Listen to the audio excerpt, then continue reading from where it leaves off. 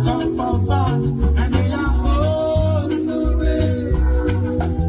Yeah, letting people die for the wrong that they do. Oh, we spend for. Yeah, good morning, everyone. Thanks for joining me tonight. This is 11 o'clock p.m. Nigerian time. Today, we are going to look into a lot of things. We have a couple of things to discuss tonight. And during the discussion, I would also like you to call in to share your opinions on what we are going to discuss. First of all, there is a leak audio, which I have not been able to share because I sent it to a lawyer. I needed a permission to share a clip like that because it's so controversial. Someone sent me an audio clip alleging that some of the people in Tinubu's cabinet, where they were discussing about the issue of Nnamdi Kanu, that yes, releasing Nnamdi Kanu is not a big deal, but they can't stop this man when they release him. So that is the reason why this man, have to be prolonged until he agreed with their terms. But unfortunately, someone like Nnamdi Kanu is never and not ready to agree to their terms, because when they set their terms, you know what they mean. So Nnamdi Kanu is not the kind of person that will succumb to what they are saying. So that is it. I think the audio will be shared tomorrow or next tomorrow, pending when the lawyer gave me go ahead, because someone sent it to me. I don't know where the audio generated from, but I think people should be able to recognize the voice of the voice of the person who is talking. So that is that. And secondly, a lot of Nigerians don't know that Appeal Court of Nigeria, number 2, highest court in Nigeria, have discharged Nnamdi Kanu and have said that no court in Nigeria have jurisdiction to try Nnamdi Kanu. And from there, the federal government, they started filing defense upon defense, counter defense, and so on and so forth, that led us to where we are today. Not that they don't know the truth, not that they don't know that this man don't have case to answer, but they just have to hold this man because they are aware of the potential of this man, that if we let him go, we can't stop him. So he can even go to the extent of achieving everything he want to achieve. Everything I've been saying, he have the ability and the potential to achieve it. That is one of their fears. And secondly, or the third thing we are going to discuss tonight, is that Bello Matawane, the former governor of Zamfara State, have come out in the defense of the allegation level against him. Reminding you that time with that number, I have come here to talk about the issue of insecurity in Nigeria, saying that the incumbent governor of Zamfara State, that is the incumbent governor of Zamfara State, have accused his predecessor, that is Bello Matawane, the current Minister of Defense State in Nigeria, saying that he is part of the bandits. He is sponsoring banditry, and he has harbored these bandits in the Zamfara state government. Now, the bone of contention I want us to stop at the end of the discussion of today is that if people will be proud to come out to say, yes, I negotiated with bandits, I mingle with them, I do this, I do that with them because we don't want a kinetic approach, towards insecurity. If people can negotiate with bandits, the question I am still asking till tomorrow, what has Nnamdi Kanu done? Someone that the court has freed. What has he done that the federal government keep on, holding him? That is why we are not going to stop to exposing everything that the government has been doing. The world must know. Nigerians must know, everybody in Africa must know what is going on. The reason why the federal government don't want to release Nnamdi Kanu, and the reason why they are doing whatever things they are doing now. Nigeria is a place where everyone living in it are looking for a way to remove their head out, because we don't have country any longer. So we have a lot of things to discuss tonight. Stay with me.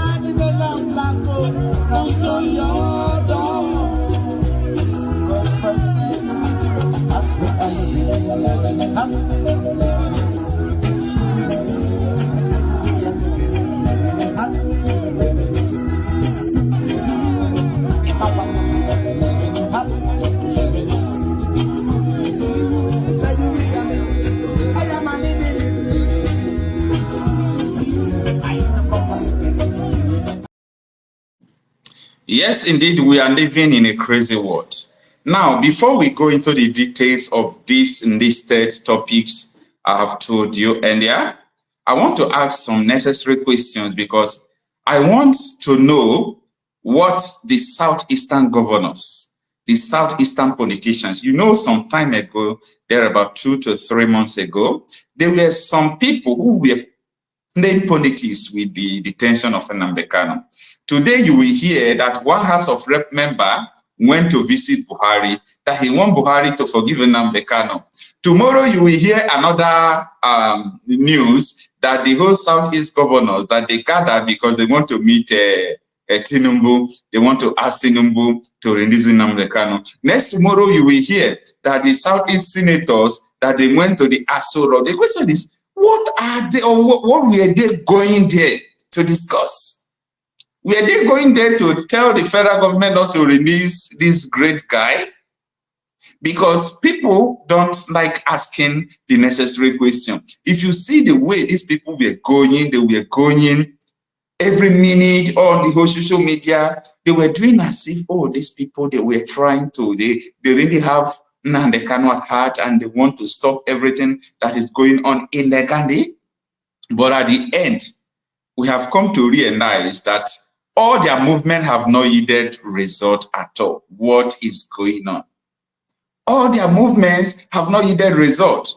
I think the public demand an explanation. The President General of our nation, Igbo, before Iwayango, is now dead. I think he is one of the people that always constantly making he's constantly making a press briefing telling us how far he has gone or how far they have gone. But as far as I'm concerned, people should ask questions. What are they doing? What were they doing? Why were they visiting Aso Rock? You people should ask questions. You see, don't trust any politician. Don't trust what they tell you. Look at their actions and the result of their action. If all the whole meeting, these people met Tinubu, go to Aso Rock, 50 House of Reps signed later, 150 House of Reps signed later, these people sign. What is the result of all those signatures, all those noise we are hearing? Anyway, we'll come to that later. As I was telling you before, Matawande, the former governor of Zamfara State, has come out to, withdraw or challenge the allegation of the incumbent governor of Zamfara State level against him. So a lot of you must have seen the allegation of the incumbent governor of Zamfara State saying that the former governor of Zamfara State is a bandit, he's supporting bandit. Why we are bringing up these videos and why you must understand it, time without number, try to understand what is in it, is because we are living in a country where we have more than 10 standards. You can't be treating one set of people different and another set of people different. In other regions, you forgive people who are bandits, you pay them, you harbor them in your government houses, and they are still constituting nuisance. But someone you said, committed something against the law, your court said this person should be discharged, and you refuse to discharge him. Now, I want people to really understand everything that is going on in Nigeria. Now, this is what happened before when the appeal court discharged Nnamdi Kanu. I want you to have the background knowledge of where I am going to. Take a listen. I want to kick off with this news that broke a few hours ago. Nigeria's appeal court dropping all charges against the separatist leader Nnamdi Kanu after ruling that he had been illegally arrested abroad. The court also ruled that his extradition had been illegal. What's your assessment of that? Yeah, thank you, Charles. I think it's a good day for Nigeria. It's a good day for rule of law. If you read the judgment, the appeal court is very clear that if you want to prosecute someone, you must follow the law. Because the essence of prosecution is to establish the law, follow the law. But bringing somebody illegally, the federal government disobey Nigerian local laws, disobey international law. We have treaty with Kenya, we have with Great Britain. If they want to try Nnamdi Kanu, there are legal process they should have followed to bring him in. You don't just go and kidnap him. So, and in law, we say that you cannot put something on nothing. Since the process through which he was brought into Nigeria was flawed, there is no way the trial could have continued in the first instance. So I think the court deserves to be commended. We've always called for rule of law, and today the appeal court has upheld rule of law, and they send clear signal to the government that they will not allow such illegality.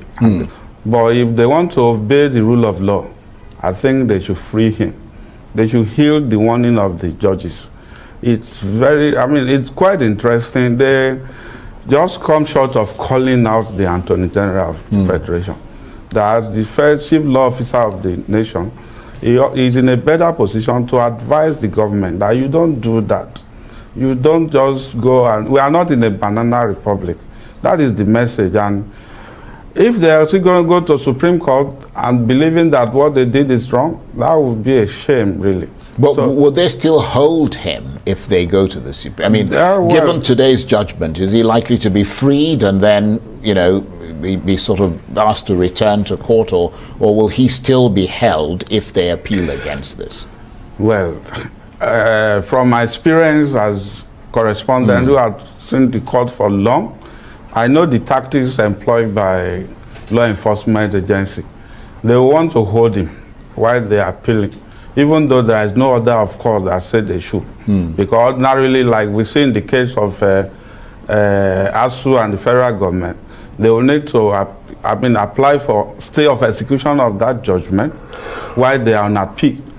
And even once that has not been granted, they ought to free him, but they will go to court and say, look, if we free him, he might still be a danger to society, and therefore they are not likely to free him.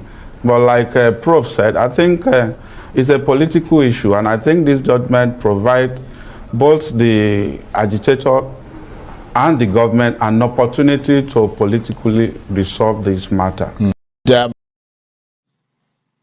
All right. This is an old video.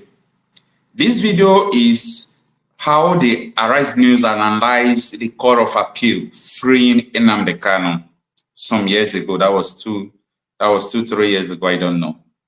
More than 3 years ago. So the man is saying something that the federal government is running from. You know why I'm playing all this video for you? It is because of these voice notes I will release tomorrow if they allow me to release it. Because in that voice note, they are saying that releasing Nnamdi Kanu is not the issue because they knew they made a mistake by kidnapping him from Kenya, sorry. But issue is that when Nnamdi Kanu will be released, that Nnamdi Kanu is very stubborn, that they can't stop him. That is the bone of contention. We can't stop this man if we release this man. Now, you hear what the man was saying when the Court of Appeal said that if you want to follow the rule of law, if you want to charge Nnamdi Kanu and so on and so forth, you must not kidnap him from Kenya because, number one, the man did not run or jump bail. The military invaded his house a day before he's supposed to appear in the courts.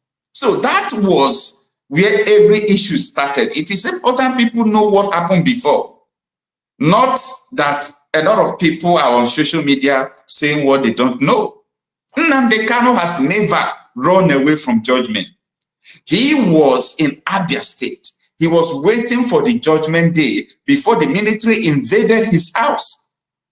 So when the military invaded his house, they killed so many people. They killed dogs. Imagine if they have killed him. Their mission, why the military came to his house, was to kill him. That was their mission. Yeah. They sent them, go and kill this man because the court is going to free him tomorrow. So no need for court to free him, because if court free this man again, he will continue to do everything he has been doing. So the military did not succeed killing him. And that is the dangerous mission that our military officers have subjected themselves to. That politicians will send you to illegal mission, you will go. And they kill a lot of people. And to God be the glory that the Supreme Court of Nigeria has condemned the killing, has condemned the invasion of the Nigerian military to Nnamdi Kanu's house. So he did not jump bail. The question now is, why do you people, kidnapped this man from Kenya and brought him to Nigeria. Secondly, the charges leveled against Nnamdi Kanu, the charges they leveled against him, he did not commit it in Nigeria. And the law stipulates that where offense is committed, that is where you are going to charge the person. Someone did not commit any crime in Nigeria, you want to charge him in Nigerian court.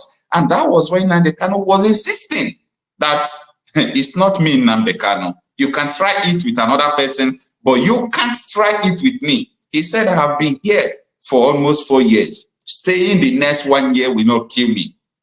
So now, these people, to be sincere, if you ask me why are they holding Nnamdi Kanu, I will say because these people are dumbs.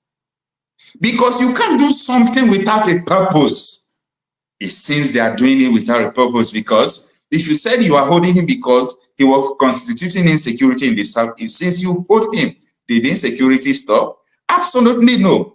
All right, before we go forward, let's turn to what Matawande said, because I am very anxious to explain more about the issue of insecurity that the people in government are sponsoring. Because you cannot hold someone who is innocent while you, the government officials, are sponsoring insecurity. Here is Matawande trying to defend how he sponsors bandits.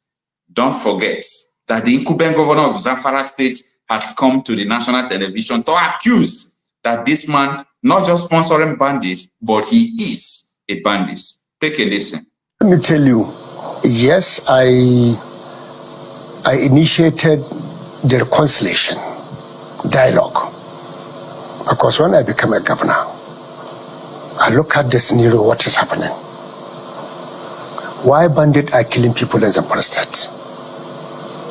So I was thinking the best way to tackle the situation. So I have been getting a lot of advice from different sector, which I ended up to call a stakeholders meeting at that time. I called the traditional rulers, I called the religious leaders, the security agencies, the leaders of the Fulani, the leaders of the Ansaki. That is the vigilante group. I will hear from each group differently. I did not combine them together. So after we now finish discussions, I now sat down with the security agencies of the state then. I remember security agencies comprise police, army, DSS, immigration, all of them, civil defense. So we sat down together based on the recommendations that we have from the people of the state, from the traditional rulers. So we have a recommendation that the only option that time is for us to dialogue with the bandit. Was it a success? Did it work? Let me tell you, that is the recommendations we have. After I sat down with all the security agencies, they are alive.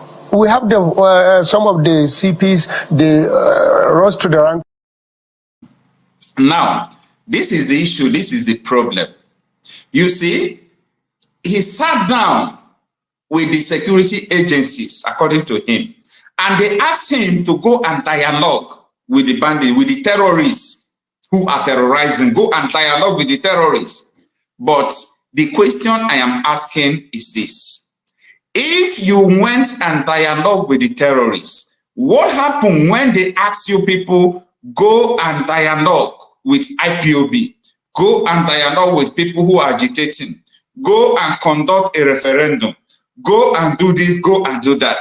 If you can do this to the terrorists, when I mean to the terrorists, people who are doing illegal things, killing people, have you ever seen someone like Nnamdi Kanu carrying gun? Absolutely no, you never see him carrying gun.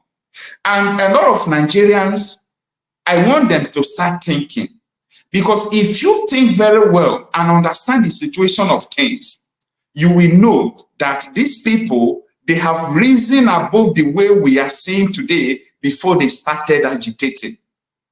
They did not start agitating just for nothing because they want to agitate They want people to just notice them. No, they have seen things that are not right. They have seen their parents not going to farm, like what we are experiencing in so many parts of South, especially in Delta states. When you look at so many communities in Delta state, they are, insecurity ravaged communities. Our parents no longer go to the farm, and so many things are happening. And you think people will keep quiet. You are in Abuja, nothing is happening. You don't know what is going on in the village. You are in Lagos. You are there ranting about one Nigeria. You don't know that people are dying, that the security agencies are not at their mercy. If you even call them, they will come out to tell you that there is no fuel in their vehicle to come and rescue you. If you call them, sometimes they say they are busy because there is no enough police, enough military to secure the environment.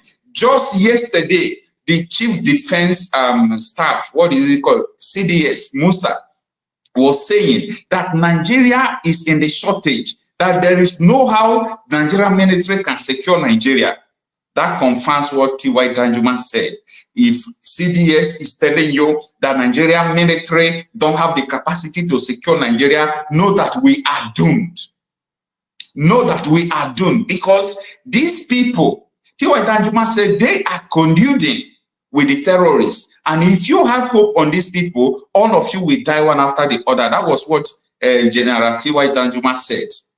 And the thing is coming out to play for a whole CDS, Chief Defense Staff, coming out to say that Nigerian military don't have the capacity because they are few to secure almost 250 million people. What he's saying could be true, but he acknowledged that they can't secure your life. Then you yourself watching me, I want you to think.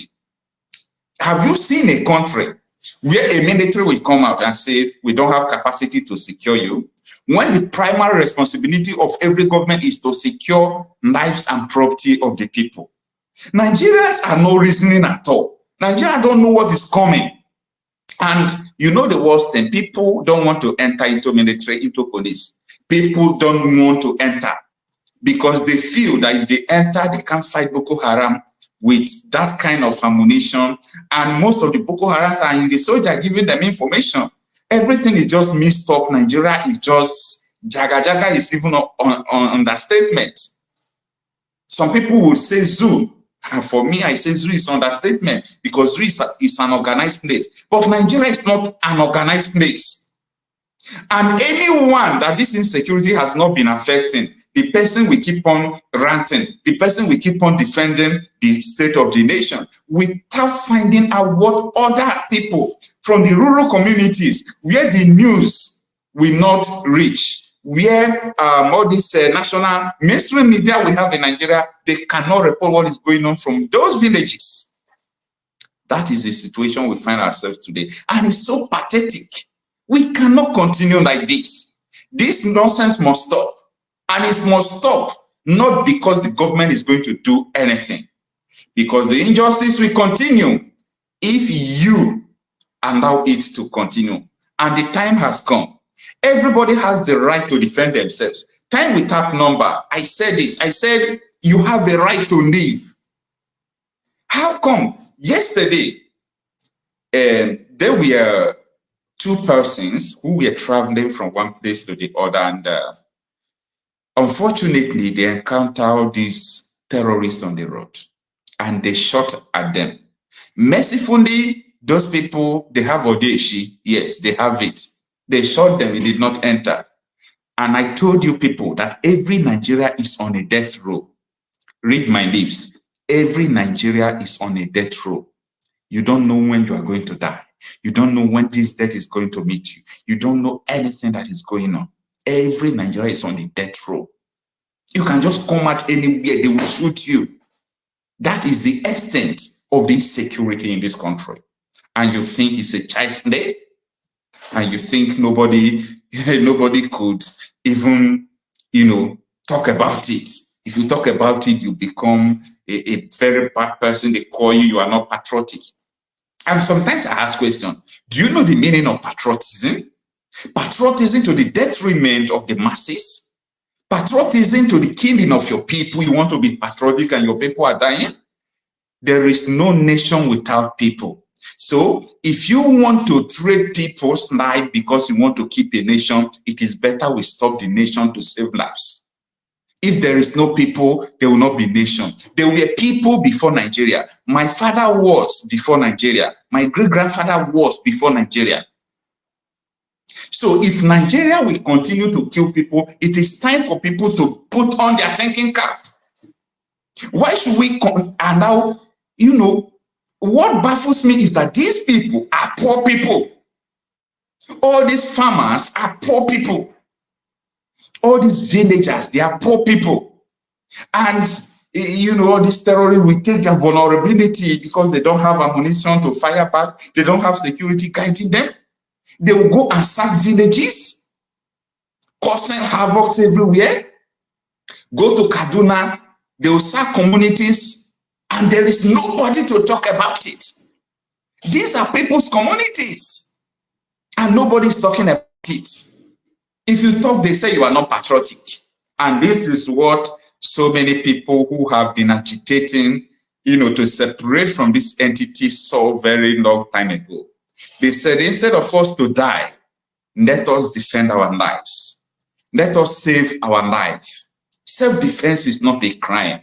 You have the right to live. Don't die before your time because you are in a place that doesn't care about you. So if Nigeria as a nation, Nigeria as an entity, they don't want to save you, you yourself, don't you want to save yourself? This nonsense must stop, but it is only you that can stop it. All this nonsense, if you do not stop it, forget about it, it's not going to stop. It is not going to stop. And it's not going to stop by mere hearing or just talking about it. It's not going to stop, even though you are just talking. Oh, we are dying, we are doing this. How will it stop the insecurity? It won't stop it. The people have to resist it. Yeah, the people have to resist it. I keep on referring to T.Y. Danjuma. I know why I am referring to him. He said, when you continue to rely on the security agencies in Nigeria, all of you will die one after the other. He was not carrying water in his mouth when he was saying that. And he meant what he was saying. These are the things Nnamdi Kanu and co. These are the things they saw. Ojukwu saw this very long time ago. Ojukwu knew that a day like this will come to Nigeria. That was why he said, let my people go. But it's so unfortunate that if you see people who so-called doctors, academic doctors, people who are supposed to put on their thinking cap, they will always advocate for one Nigeria. They advocate for peace and unity. Hey, I need justice. I don't need peace and unity, because there is no peace and unity without justice. There is nowhere you can find peace and unity without justice. You cannot keep justice inside the bag and you start professing unity. You start professing, oh, we need peace in this country. Everybody should unite. We don't need unity. We need justice. When justice is put in place, everybody will live at peace. But the justice is at stake. Nobody is talking about justice. Everybody wants to talk about peace and unity. Everybody wants to talk about, let us make the country to be better. In the absence of justice, do you know the meaning of justice? Nobody can survive without justice. No, nobody. Let people stop deceiving you. Let people stop deceiving you. Before Nigeria come into existence, there were people. And I am telling you, listen to the T.Y. Danjuma. You might not love this man, but this thing he said is the alpha and the omega of everything in Nigeria. If you leave these people, that army or police will secure your place, you are going to die one after the other. That is what he said, and I support him in his claim. Taraba is a mini state. It's a mini Nigeria, composed of various ethnic groups living together reasonably peacefully. But the peace in this state is under assault. There's an attempt at ethnic cleansing in this state and, of course, in all the riverine states of Nigeria. We must resist it. We must stop it. Every one of us must rise up. The armed forces are not neutral. They collude. They collude. They collude with the armed bandits that kill people, kill Nigerians. They facilitate their movements. They cover them. If you are depending on the armed forces to stop the killings, you will all die one by one.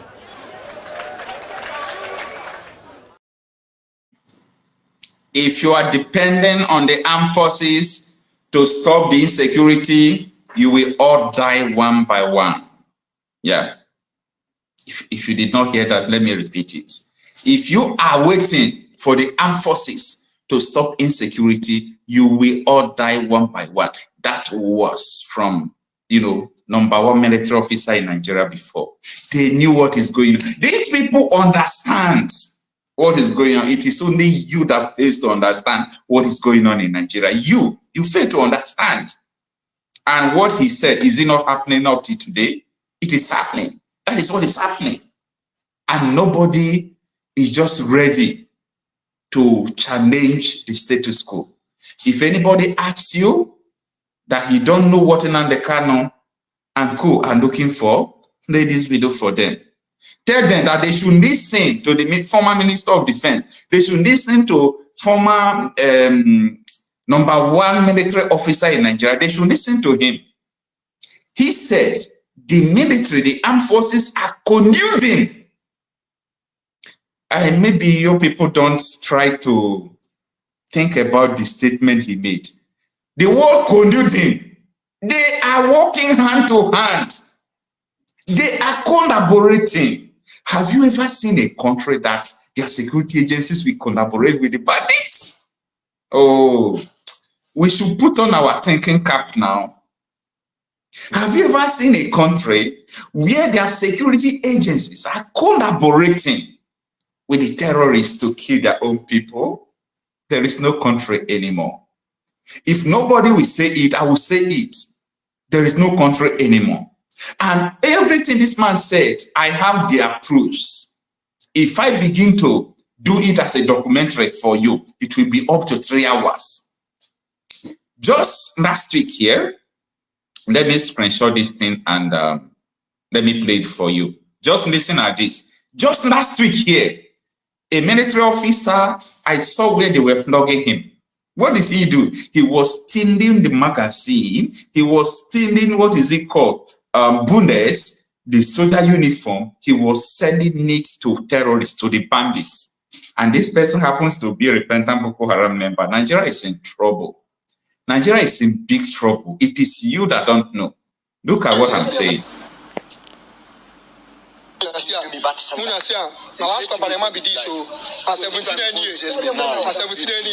is ammunition.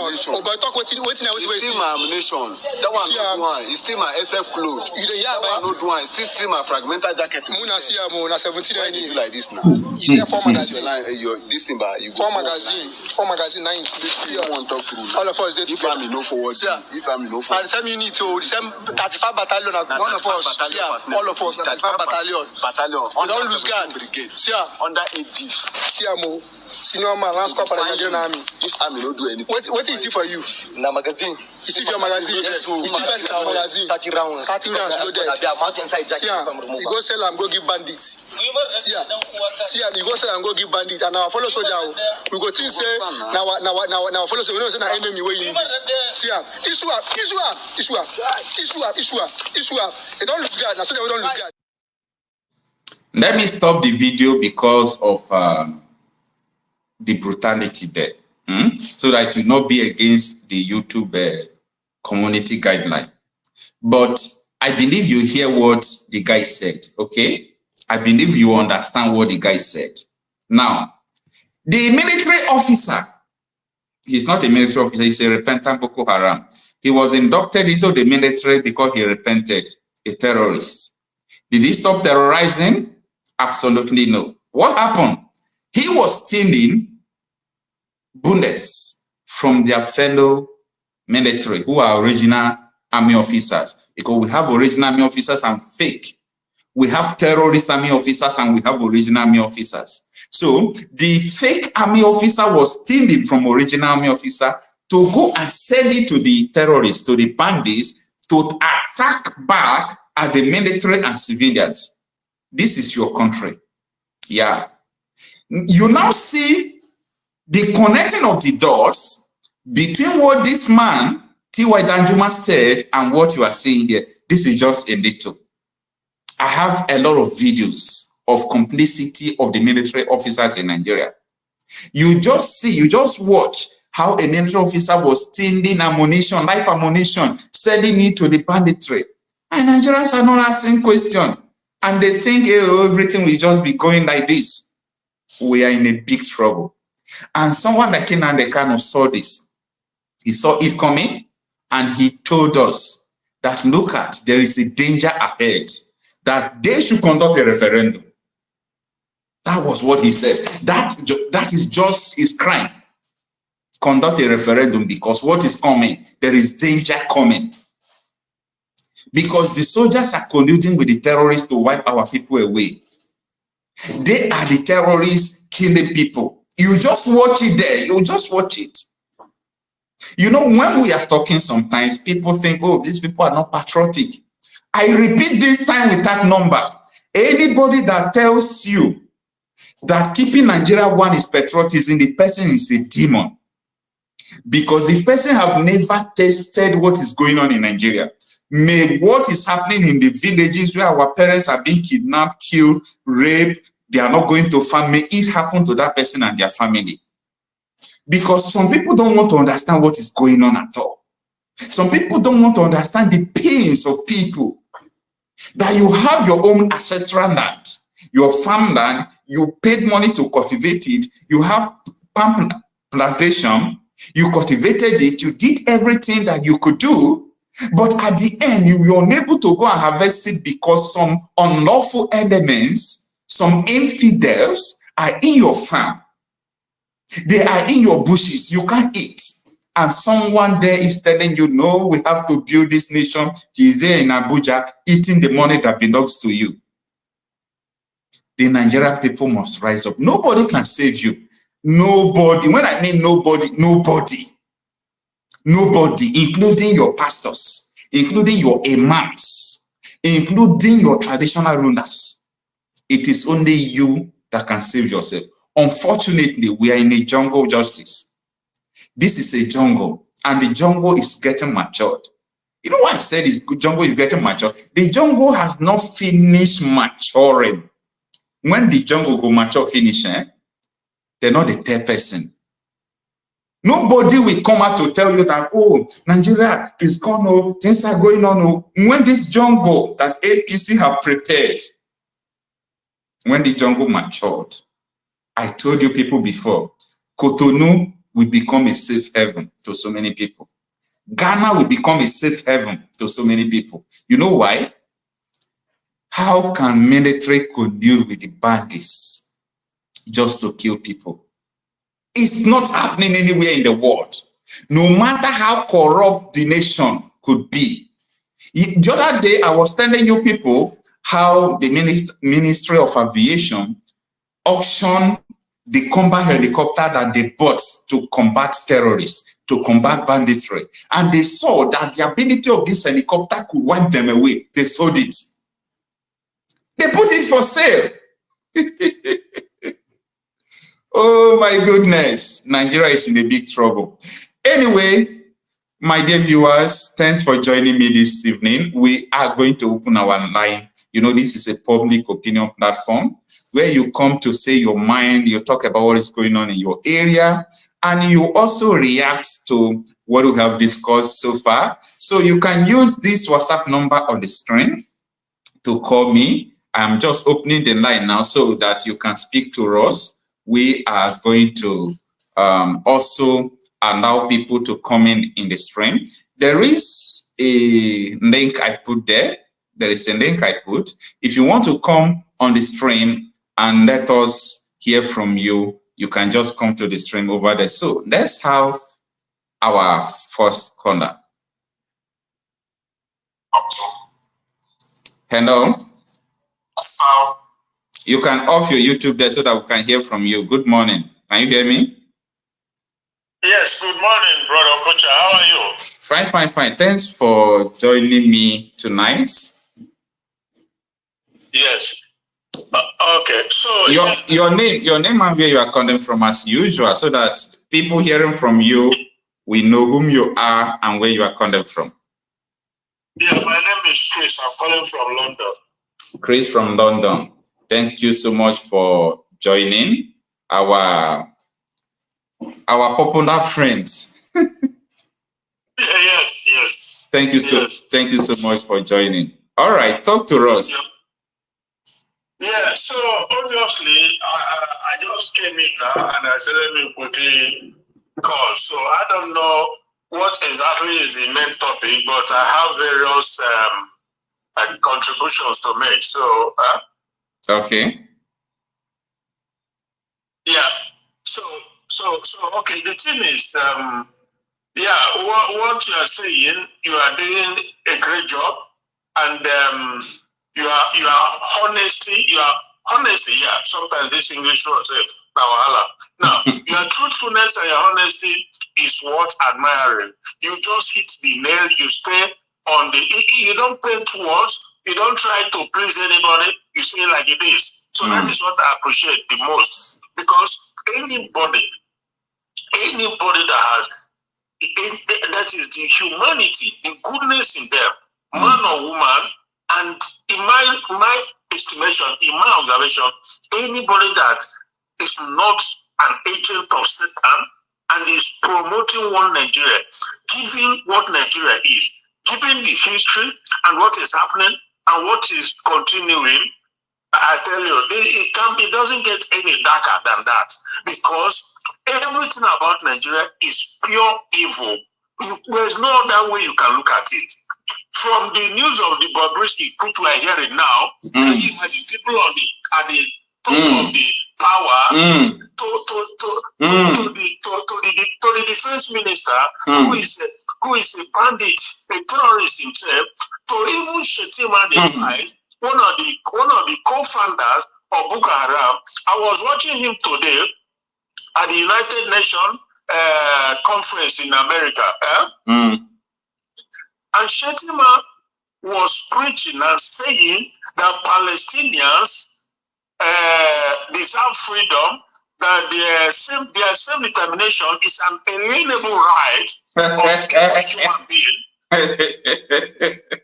So Shetima, who is the vice president of Nigeria, is saying that the freedom and self-determination is an inalienable right of Palestinians. But meanwhile, in Nigeria, you said Nigeria is not negotiable. Exactly. And over 17 million to even 80, they fought a war, millions of people died in it. Until today, they are still asking for referendum, so that you say no, but yeah, you are preaching something else. What a hypocrisy. So that is we are in a social media age. You know, they can deceive few people for a long time, but they cannot deceive everybody, you know, at every time. You cannot go to the UN and advocate for a country to separate into two, but in Nigeria, where Nigeria was amalgamated artificially, by force, you are saying it's not negotiable. So who are you trying to deceive? Exactly. It's not going to happen.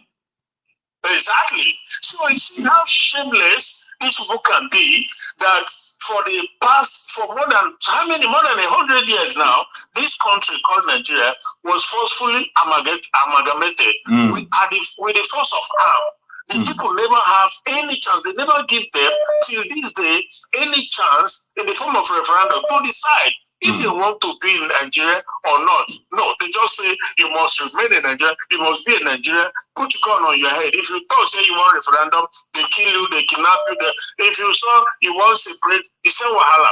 Then you go to United Nations to tell them about Palestine. Meanwhile, in actuality, in 2005, Israel gave Palestinian autonomy. And that autonomy is what we have been asking for. In fact, it's the autonomy that led to the civil war that happened in Nigeria, because Jugu and Gowon was in Abure to discuss about regionalism. And they agreed. When they got home, Gowon was deceived to negate on what has been agreed upon. So Jugu said, okay, if you change your mind, if you negate on what has been agreed upon in Ghana, I'm not going to sit by, watch my people get slaughtered all the time in the north. Therefore, I will succeed. But originally, the agreement was regionalism. That was the Abure conference. So Palestinians, Israel gave them autonomy in 2005 to conduct election for yourself, rule yourself, do what you want. But guess what? They went and they elected Hamas, the terrorist organizations that have sworn that Israel must be wiped out of that place, that whole land belongs to them. So I said to myself, now, if you look at South Africa, the Igbo people when come there, they also harness the land, they occupy, they kill, they do. But today, from even that country, South Africa did not say that they wipe out the Afrikaners, the Netherlands people who are the Africans there. They didn't say that. Just let everybody live in peace, you know. Now, so how can you Palestinians and Arabs say that you wipe away Israel? Even the former Iranian president, he said that a president this time not just a roadside ordinary guy, or a president with huge power and responsibility. He said that Israel will be wiped out of that place because. And there is no sensible country you will threaten to wipe out and they will keep you quiet. And God bless you. No sensible country. Nigeria is the only country. ISWAP said they are going to defeat Nigeria and divide Nigeria like they did to America in Afghanistan. And up to today, the CBS is not talking about that, but he keep on talking about the issue of ipob and Nnamdi Kanu, who is not even a threat. All they wanted was referendum. The truth must be said. I will continue to say it. No problem, sir. You just have a minute to round up your section. You have exhausted your time. Okay, so that is the thing, my dear brother, because the thing is, it's just so the highest level of hypocrisy. And everybody in that country, oh my goodness, the level of evil that goes on in Nigeria. When I saw these so-called professors or elite or intellectual, whatever, they never speak the truth. There's one they call professor, whatever, in Arise TV, one Yoruba guy. They never speak the truth. It's all about referendum. Give the people referendum. They deliberately remove it in 1999. These are Abdul Salami. These are the proponents, the champions of Islamization. They remove it in 1999 and they push Sharia into the Nigerian constitution, which is against the secular Nigerian system. Nobody's talking about it. It's incredible. All the politicians in the south side, both southwest, southeast, whatever, none of them speak. These people come up and infusing Sharia into Nigerian secular law system and they allow it. My brother, now it is fair. It is fair. It is fair. All right. Thank you so much. Thank you so much for joining. Yeah. Bye. All right. Have a nice time. You too. All right. Before we have another caller, we have one person in the house here called Prof. Dato. Prof. Dato, what is your real name and where are you joining us from? Good day, Okocha. I prefer to be taken as Prof. Dato. I'm calling from USA, Ohio, in USA, Ohio State. I've spoken on your program. I like what this speaker said. You see, it's just a pity. Our leaders in our country are they're hypocrisy themselves. They're hypocrisy themselves. You see, you don't blame the man because I keep telling people, you see this Islamic religion, they always support themselves. Any place they see their brother, even if the truth is before them, they'll support their brother, because I don't know if you know, in the Quran it is there. In the Quran it states, if you are a Muslim and you have a court case, and somebody that's not a Muslim calls you up to give witness against a fellow Muslim, you should not do it. It's in the Quran. So you don't, yes, it's in the Quran. So you don't blame what's going on. You know, it's just very terrible. And, you know, why I see that threat to the Igbos, why you see the threat to Nnamdi Kanu simple. Everybody knows what the capability of the Igbos. If the Igbos leave Nigeria, Nigeria knows what will happen. So that's why they don't want. But they are not thinking well. Instead of them to come, rapport with us, and see how we can put things going on, they don't want that. You saw what happened is that yesterday, the court case? What Nnamdi Kanu said, even though I don't know the details very well, but Nnamdi Kanu was saying before that, the last court case hearing, they mentioned the crime happened in London. Exactly. Coming to that of yesterday, they removed the London. They removed it. Nyako took to our heels. You understand? When I heard that of yesterday, it showed me how colossally and corrupt Nigeria's level of corruption is. Very compact, colossal and compact. So you see, I was telling my wife, this Nigeria can they think, leave this man to go? You're just endangering history. And the only my biggest pain is that sometimes we, people from that land, don't take time to look into history, because all they're doing to MNK, they're just harboring hatred for us. Or offsprings that will grow. My kids, I very soon I'm going to give them all what has happened to Nigeria, because in my GSS time I attended Command Secondary School at Abakaliki, and I keep telling people, there's something I noticed when I got there. I found out that all the military installations were built in the north. Britain did that thing Britain knew there would be a war. I keep telling people, they put all the military installations in the north. They did that. Yes, no, go and check. Now they put that, all the military installations were put in the north before the Biafra. All the armory was there. They made sure these Fulani people got into the army. So you see, the issue of this Nigerian being together, I just wish people are too hypocritical. I saw a speech by this guy on Arise TV, Rufai. He gave a speech and the guy was very objective. I think he termed the speech the genesis of distortion. He made it clear that Nigeria was designed not to unite. Yeah. And it was designed to fail. That all these things were doing. He said that, I think he gave that speech in the church. And he was saying, sorry to say, yes, that he's a cripple. Let him tell people that he's very objective. That Nigeria can stand. And I've told people, I've said this sometimes on media, Nigeria is like three cups that are tied together. The three cups cannot work together.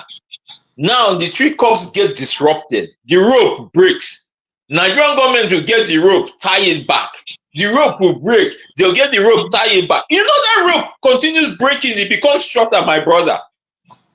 There's a time that rope can no more tie those cups together. Yeah. That is how Nigeria is. That is how they is. Once of all, they're even using barbed wire. So the country should just, so, you know, I'm happy for what you're doing. And I keep telling people, I can't pray for that country again. It's just the Nigerians I'm pitying I can pray. I've told some of my friends that are men of God.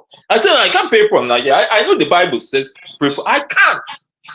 A country that every time you're against the Igbos, you can't say the truth. You just can't say the truth. People are being, Bakare sometimes said, sometime this year, that he was called for a meeting. In the meeting, what was the agenda, how they work against the Igbo. And he told them in that meeting, he cannot be part of that meeting. That how can he be a part of a meeting where they are against one set of people? Imagine. Yes, Bakare said it. Maybe look for you to say this thing. And the thing that pains me, some people are supporting that nonsense. Some people are supporting. Even Mayego said yesterday that all this thing what they're doing again it's not of any use. That's even surprised that if Sunday Boho and some people now are shifting away from that Yoruba nation. They want to, rally around and see how they can support Tinubu. Tinubu that is a dead, sorry to say, he's dead wood already. There's nothing that man can do. People should just forget. So that's how those things are going on. People should just, my biggest prayer, I know this Biafra will come. I will remain supporting it as much as I can. And Nigerians should just, in short, Nigerians should stop deceiving themselves. That is just the truth. I've looked at this Nigeria, this thing. I know that prayer can change things, but the probability is very low. Prayer will change things when the leaders can work together towards making things. But a country where there's you put only one people in government, when there's jam score, somebody from the southeast to score 300, somebody from the north to score 100, he will come into the same university. At the end of the day, they will graduate. It's so pathetic, my brother. Yeah, just summarize what you have to say. You just have a minute left. Yeah, it's very bad. That's why when I served, they nearly attacked me. They told me I served in the northeast, Taraba State to be precise. They told me to help them. I told them I'm not helping them. They dealt with me because they destroyed my toilet. They almost destroyed I told them I can't help you. At the end of the day, I will help you. You come out in the labor market and no. It's better that I don't help you. Let it be that when we come out in the labor market, I receive the brunt. All right. Thank you so much, sir, for understanding the situation and saying it as it is. Yeah. It's Nigeria. They should be objective. We should stop lying. Yeah. It's not a matter of because you're not Igbo. The country is gone. It's gone. Let's people are supporting this evil. Okay, my brother, thank you. Thank you so much. Yeah. So people on the phone can also call. We are going to receive some calls now. Stay with me.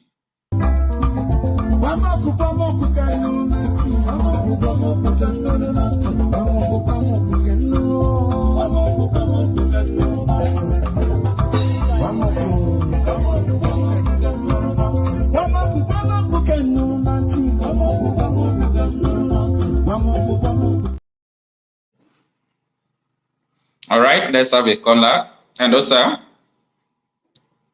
Hey, Mr. Okocha, good evening. How are you? It's morning over here. This is just 12 a.m. Nigerian time. It's 12:01 to say. Good morning. Here, your name and where you are calling from, sir? Oh, good morning, my brother. Good morning. I forgot. So, how are you? Fine. Your name and where you are calling from? Okay, I think I've spoken with you once. My name is Chris, and I'm calling from Boston, Massachusetts. Austin? Boston. Oh, Boston. Okay. You know, it's important the viewers always know who is calling, not just because of me, but for them. Oh, no, I think I'm glad to, answer to that kind of a question. I have nothing to hide, and it's unique that people get to know who is speaking with you. Get it. So I'm not biased about that question. All right. Thank you so much. Thanks for joining us. Yeah. First of all, Okocha, I just want to, acknowledge the work you do. I have followed you closely for some time, even though I'm always on the background doing some, commentary, and there have been some bit of chat in which, of course, if you go through your programs, you will see that I'm very active in the background. Thank you so much for that. One unique thing about the work you do is you are very passionate in the work that you're doing, and you are also passionate about delivering Nigeria from the dungeon that the country is in right now. It's quite unfortunate that people like you that have engaged in positive way of bringing in some narrative that perhaps intended to change our environment, and yet the people have sink very deep down. It's quite unfortunate. Even having people like you that are doing this job, consistently, no matter what the situation is, what they faced, and you still persist. And most importantly, you have covered a lot regarding one man that is so unique to me and the rest of us in the Saudis, talking about Nnamdi Kanu. And you have projected him, you've covered him, and sometimes I say, is this guy, I don't know, maybe if your orientation is journalism, if it is, you are doing pretty well. And for the first time, I see somebody who make a lot of research, because I see you doing and engaging yourself passionately in what you believe in, no matter who you are or where you come from Nigeria. But whoever it is, that is very unique to our society. You like to talk about them and project them. You've done so much. You've covered a lot about Nnamdi Kanu. I see the passionate. I see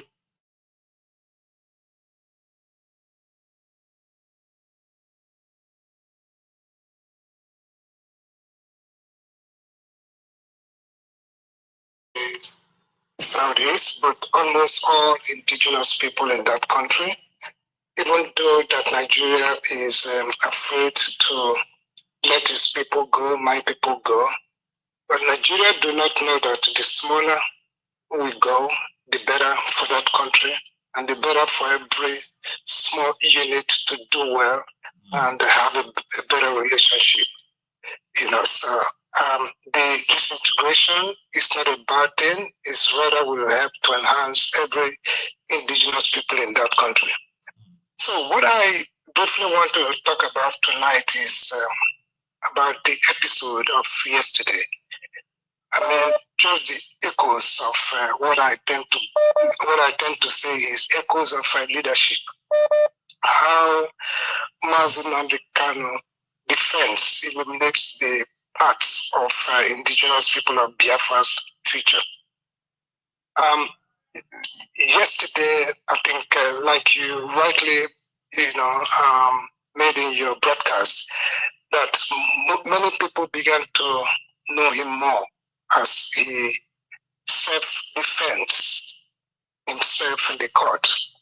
People never knew who Nnamdi Kanu, was.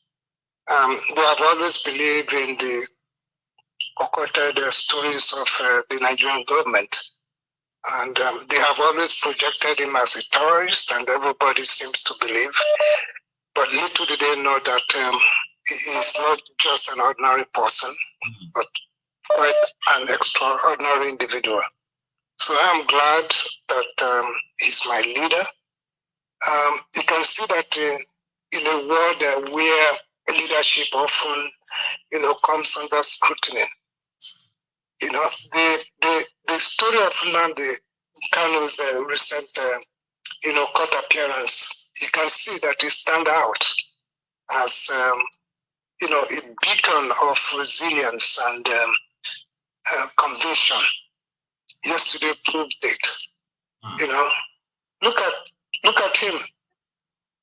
The way he was so brilliantly, speaking to even narrative that he was even doing it better than the Lego numeraries that are representing him.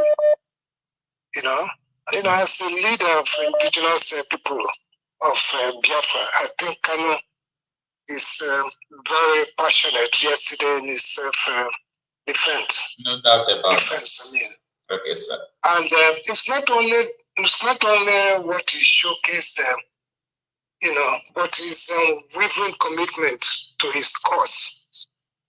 You can see that what he did yesterday highlighted his remarkable legal acumen, even though he is not a lawyer. Yeah. So Kanu's action yesterday in the courtroom, that man, the part of the future generations, you can see is very clear. You can see that these are the type of leaders that every community will want. Even any country, giving to any country will do better and do well, So I am so happy.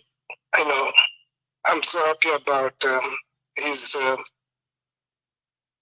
the way he maneuvered the court yesterday and compelled Judge Binta Nyako to recuse herself. Thank you so much. After when he cited that the woman is biased, and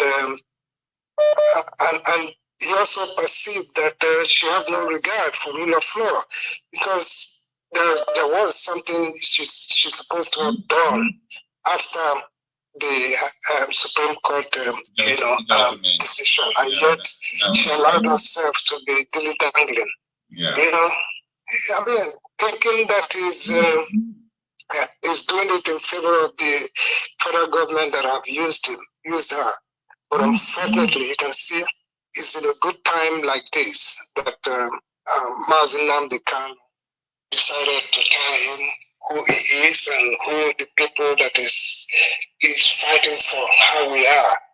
So I'm quite excited, and I want to thank you because you did an in-depth, you cover him a lot, and you've been doing that for quite a while. It's not something you just started doing yesterday. All right. Thank you so much, sir. We have exhausted your time. Thank you so much. All right. Thank you so much. I really appreciate it. Thank you so much, sir. All right. Thank you. Bye-bye. All right, sir. All right, let's have another caller.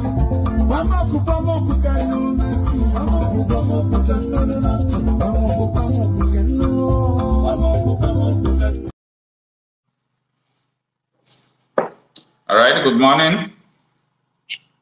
Yeah, good morning. Good morning, sir. Your name and where you are calling from? Yeah, this is Prince Jejeman.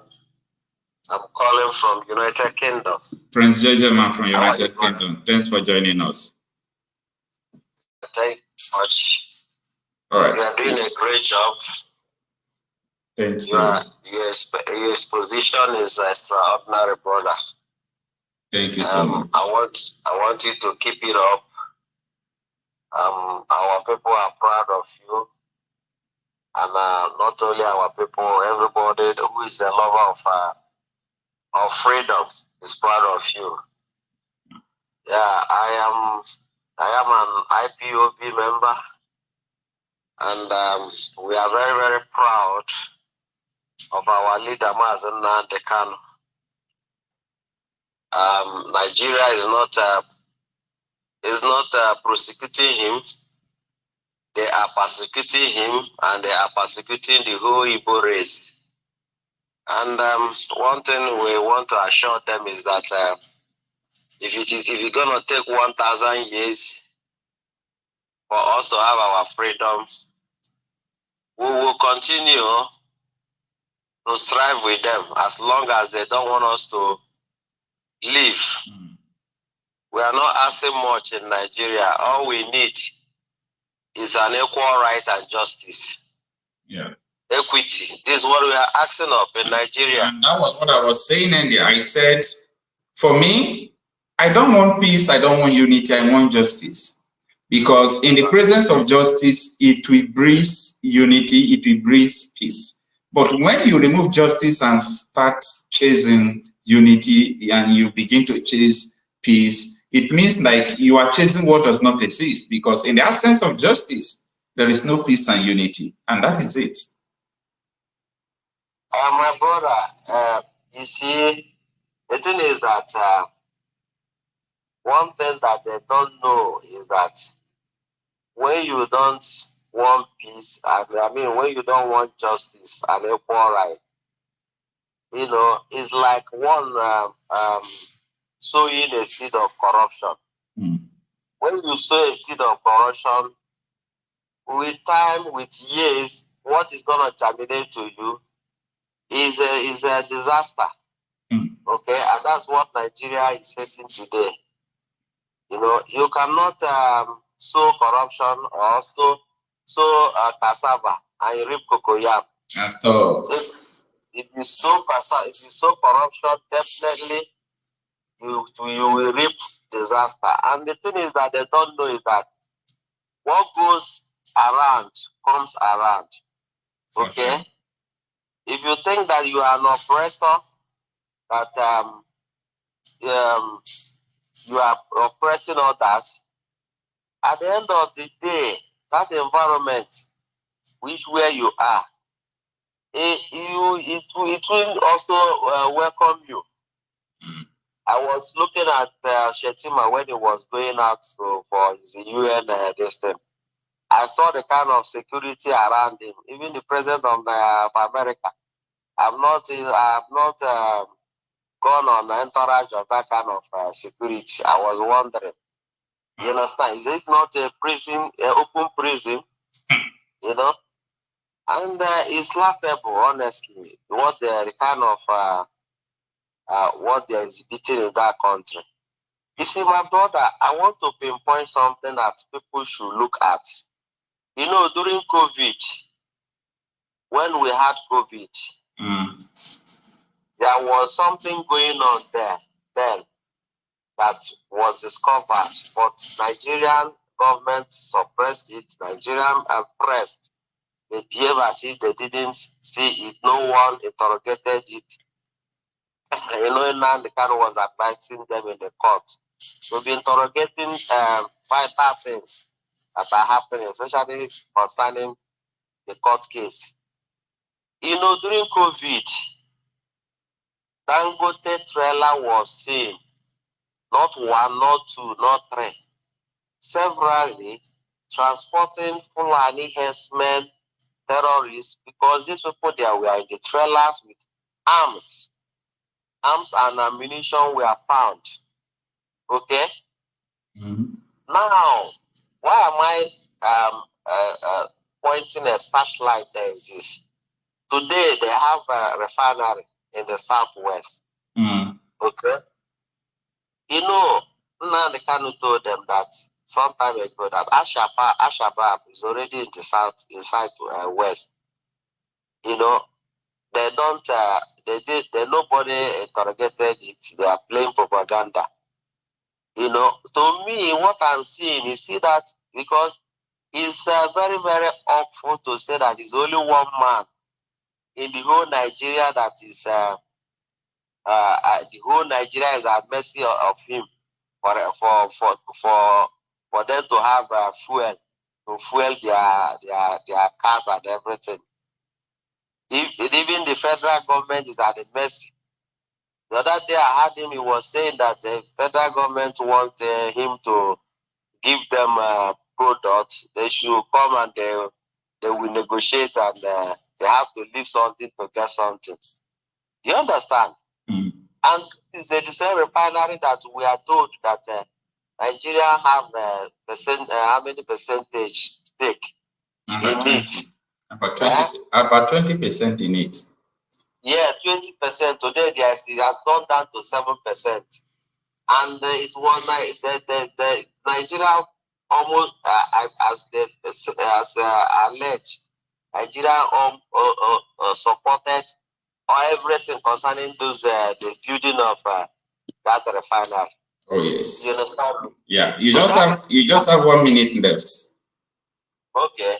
So So what I was saying in essence is that, you see, that refinery to me is a bondage, is a part of Fulani monopoly, continued monopoly in every product in Nigeria, and it's a bondage to the whole Nigeria. And if there is not taking it, that I'm just saying that Omotepu in Southwest, they should beam their satellite there to make sure that the camps are not inside there, camps of terrorists, based on what we saw during COVID.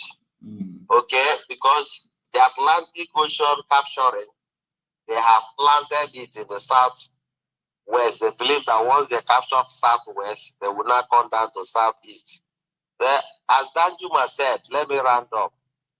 If you don't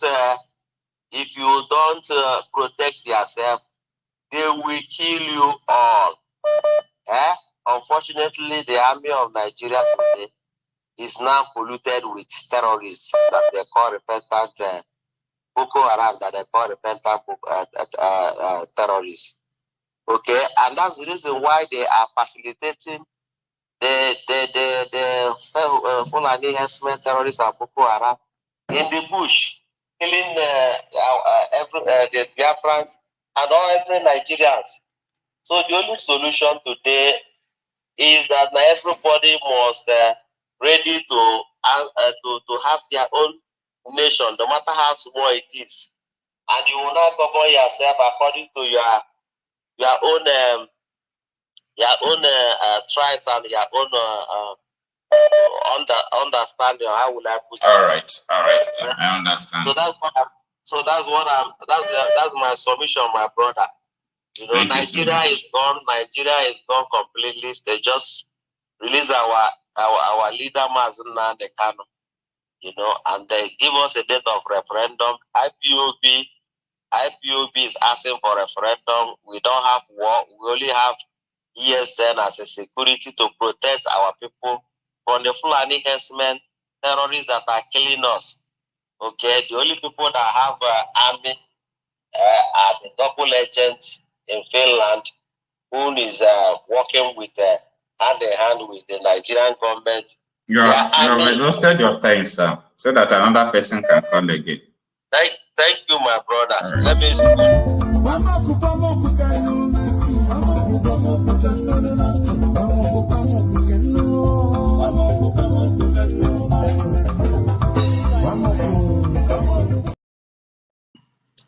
All right, let's have another caller. Good morning. Hello. Yeah, good morning, sister. Oh, Mr. Okocha, good morning on your side. This is Madam Origin. How are you today? Madam Origin. You called yesterday, right? I remember. Yes. Thanks for joining us again. Good morning. Thank you. Oh, I made this. All right, Madam Origin, from where? The viewers would like to know where. From US. Okay. You're from US. All right. Yes. Like I said, brethren, when you are awake, stay awake. Stay awake. Don't go to sleep anymore, because there is so much to do. So much to do. And as much as we can get as many people as possible to know what is going on, my own mission, what I can contribute is, we need to educate ourselves. One of the things that these people did, by the way, the caption you said, what called my attention is, we can't stop Nnamdi Kanu if we release him. Yeah. Whatever they said, wherever they said it, they are just buying themselves on their foot, because keeping him, there is a scripture that said all things will work together for the good of them that love God. All things will work together, whether good or bad. You see, what they meant for evil has done a world of good, because it woke up somebody like me. Yeah. I have by the way, so many things that I know now that I never knew. I know how old I am. It will break your heart to know that these people hid these things from us. Exactly. No wonder they took away, they stopped educating the people in the north. Those ones are like blind like bats. They have succeeded in watering down education in the south. Everybody is behaving like Mumu. They took away the history. You don't even know what is going on, what's happened, and how it happened, why it happened. In this space of, as old as I am, it is just within this 1 year that I know that Biafra is not what I thought it was. Biafra is those former Eastern State people. The Idomas, the Igbos, the Efik, the Igalas, the Ugunis, the Ibibios, the Urubos, mention them. It was in this way I got to know that it was even an Izon man. It was a German that named it Biafra. It was in this space of 1 year that I came to know that it wasn't Igbo idea. It was lies and deception and backstabbing that brought the unexplainable elimination of over 3 million people. It was not the Eastern people idea. It was what was forced on them. It is in this space of 1 year that I got to know that it was the general from Biafra that surrendered. It was not Ojukwu, it was even Philip Efiong. That is not an Igbo name. And the list goes on and on and on. Here we are. And they are talking about, you can't stop Mazin. For your early information, keeping him has given birth to 50 million Mazin Nnamdi Kanus. They have gone to vote for a referendum. If you people think you're keeping him, that evil you are leashing on him is giving birth to good in Biafra land. And I say this in case anybody that is, that speaks Igbo, hears Igbo, and says that they are not Igbo. It's not your fault. Don't feel bad. Maybe one day you wake up and understand, like a few of us are waking up. We are holding the fort for you for the day you will wake up and realize that your fathers were deceived.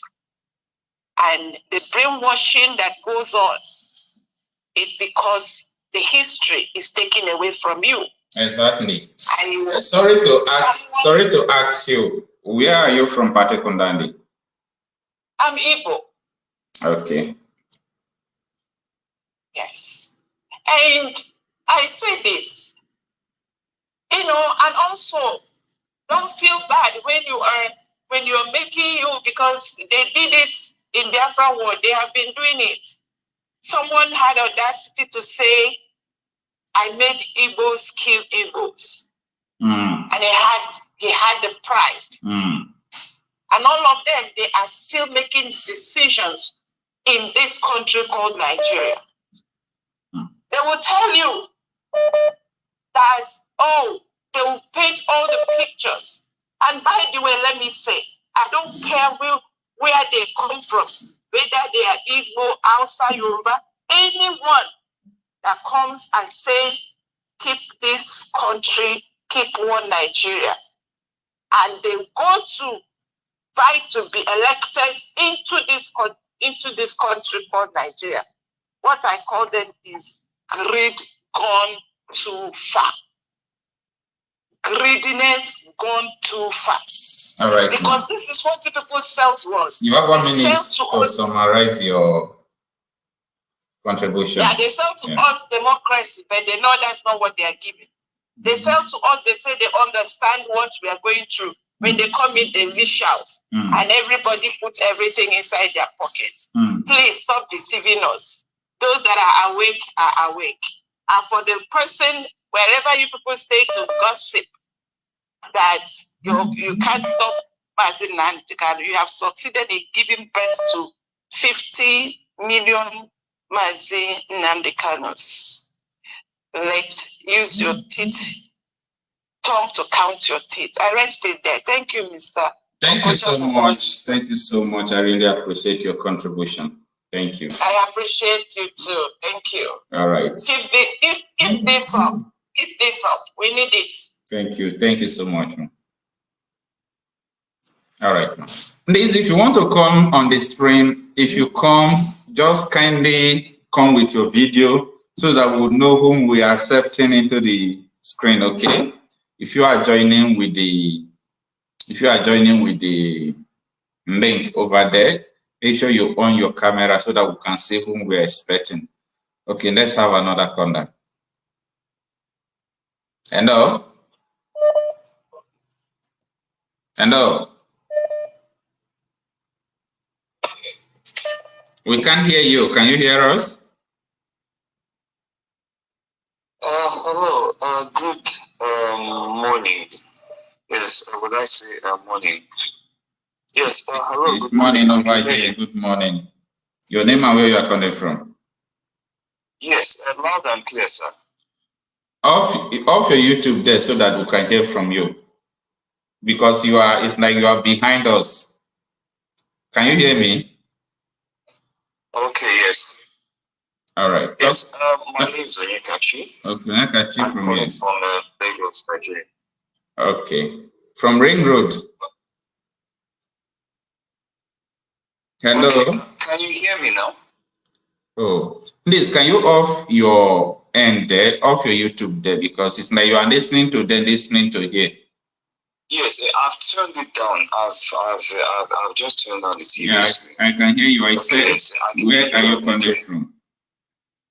Okay, yes. The name is Onyekachi. I'm calling from Lagos in Nigeria. All right. How is it, Coach? The French. Yes. So the issue on the ground is just something we all need to understand. You know, it's becoming very clear. Although I somehow wish the majority of people should have gotten the full picture by now. Okay. Full picture of what, sir? Full picture of what, sir? Can you hear me? Full picture of what do you want them to have? Okay, no, of the scenario within the country of what's been going on. Okay. From the onset, okay, which people, a lot of people still do not understand. That we are not dealing with just a bunch of evil, kleptomaniac and corrupt and bigoted politicians. We are dealing with a system that has been foisted upon us and maintained by the foreign power which created this country. That's not to say it's not the same scenario with all other African countries that were brought about through the artificial creation of the foreign exploiter. But Nigeria's case is very, very peculiar. Okay. In such that once it has been dealt with, the ripple effect, the domino effect across Africa, will be uniform. Well, we thank God for Burkina Faso, Mali, and Niger. At least we now have in Africa now a group of men who are standing up to the powers that be, whose heads are correct, who are standing on the behalf of the people. Now, I didn't come up with the Biafra issue first, but it is part of it, and I'm going there. The issue with Nigeria is this. It was created by a foreign power for none other reason except economic exploitation. It doesn't matter whatever notion people have of a country. I keep telling people A foreigner will not come to create a country for you. That's number one. Number two, they did not create a country. They created a business holding. So while we have what we are seeing right now, as we've been seeing them since post-independence and a few number of years before the so-called flag independence, that's all we've been seeing all through that time right up until now, are just the machinations of that policy to keep business. And that's just the templates. Yes, it is just the templates. So I just want people to see it from a bird's eye view and not just from the horizontal vision of Turkey. That's an aerial perspective, from an aerial perspective, so that we can better understand what we are faced with. That is not to say that, because Mali and Burkina Faso are still standing, okay, it doesn't mean that France and maybe the other partners do not have any plan in the works. They have plans in the works. And these three countries are very well aware and they are ready for them. With the confidence that they have allies who will checkmate them.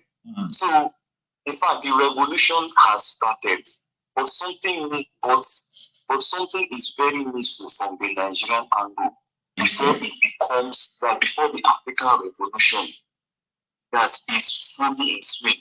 Now, what we've been dealing with is not even when the colonialists came. It is starting from the slave era. So, see, this is just a picture of where people who are collaborating, that's a certain clique who have been in collaboration with the European slave trader and now colonial and post-colonial exploiter. That's a group that has been working with them against the interests of the generality of the public. Yeah. That's what has been going on. This has been a struggle of over 400, if not 500 years. That's right. We have 1 minute left. Now, I will say one thing lastly, sir. Yeah. I'll say one thing lastly. I now conceive that this whole notion of Nigeria is a brainwash.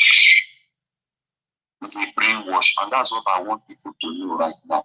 This whole notion of a conflict in Nigeria is a brainwash. It is time we start thinking towards organizing countries according to our own organic formations. Just simple. We are different nations. Nigeria exists for the British, and they will do everything to keep it that way. The Civil War, the Biafra War, was decided on the grounds of that British foreign policy concerning this country. And the maintenance of the status quo with these politicians is in line with that same foreign policy. It only remains for the people to wake up, and not only wake up, start brainstorming to organize themselves towards a means to push out these politicians and now decide their future for themselves. But our problem now is that all of these very nations are not on board, are not on board on the critical issue, which is why our own people, many of the Southeast, want out, because we have seen this whole picture before now. So some others across the other ethnicities are beginning to realize it now, but it hasn't gone round. So we who have seen all these things and do not want to be held down, we want out. And it is a struggle. We know what we are up against. The confidence is that the people who succeeded the last time cannot succeed this time because they are working against the laws of nature. They are working against the laws of God. But it only remains for the organization to really stick in. Right now, it's still on the basis of an ideology. The main push is what needs to start. But we are getting there. All right. We are arriving there. We have exhausted your time, sir. Okay, thanks for having me nonetheless. I wish there was more time, for me to outline many more issues. But in a nutshell, this is just what we are seeing. So I am not surprised. It is left for the rest of the people to wake up. If when at all they wake up, but as per also, we are ready to live. And it is not just about us, it is about Africa. Because the moment it happens, the moment this business enterprise, this business center is broken up, then things can begin to function.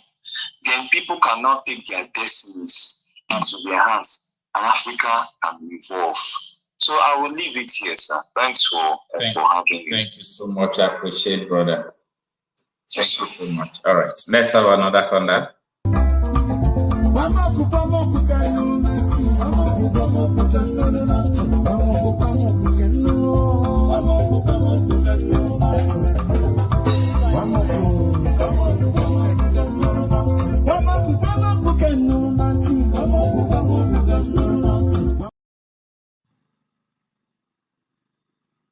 Hello? Hello? Hello? Yeah, are you there? Can you hear me? Hello? Yeah, I can hear you. All right, good morning. Your name and where you are calling from? Yeah, are you there? Can you please off your YouTube? Yeah, I'll post it. All right, talk to us. Your name and where you are calling from? This is Odogun 2-in-1. Odogun 2-in-1 from where? From Lagos. 2-in-1. Are you really 2-in-1? Yeah. Odogun 2-in-1. Yeah. Are you really two people in one? Not really physically two people, but spiritually or financially or mentally. That's in every other dimension and 2-in-1. All right. I hope you share that power with me. I want to be 7-in-1 so that I can be telepathying. All right, talk to us. Thanks for joining us. All right, sir. Okay. First, guys, I don't even have much to say today. Only that I want to appreciate you for your effort. Because there was a time that I called, that should be last month or the 29th day of last month. Okay. So I called you because that time, to be honest with you, that time you were, can you permit me to use this word, stagnant? Sorry. What I mean by that is that stagnant. You were stagnant. Yeah, you were part of Nigeria. Guys, I mean, if Nigeria, like that time, I think there was a protest, or maybe they just concluded their protest. That time, during that protest, you were their side. Then after the protest, because after the protest, that we said that I'm always in the side of the truth. If you understand everything I said, maybe there are some truths you did not understand then.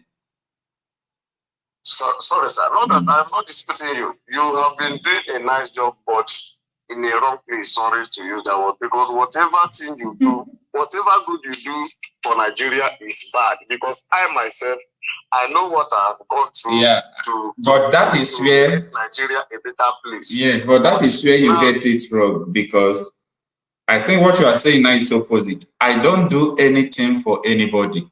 I don't do anything for Nigeria. I do things because of justice and humanity. Okay. Yeah. So sorry, don't misunderstand me. No.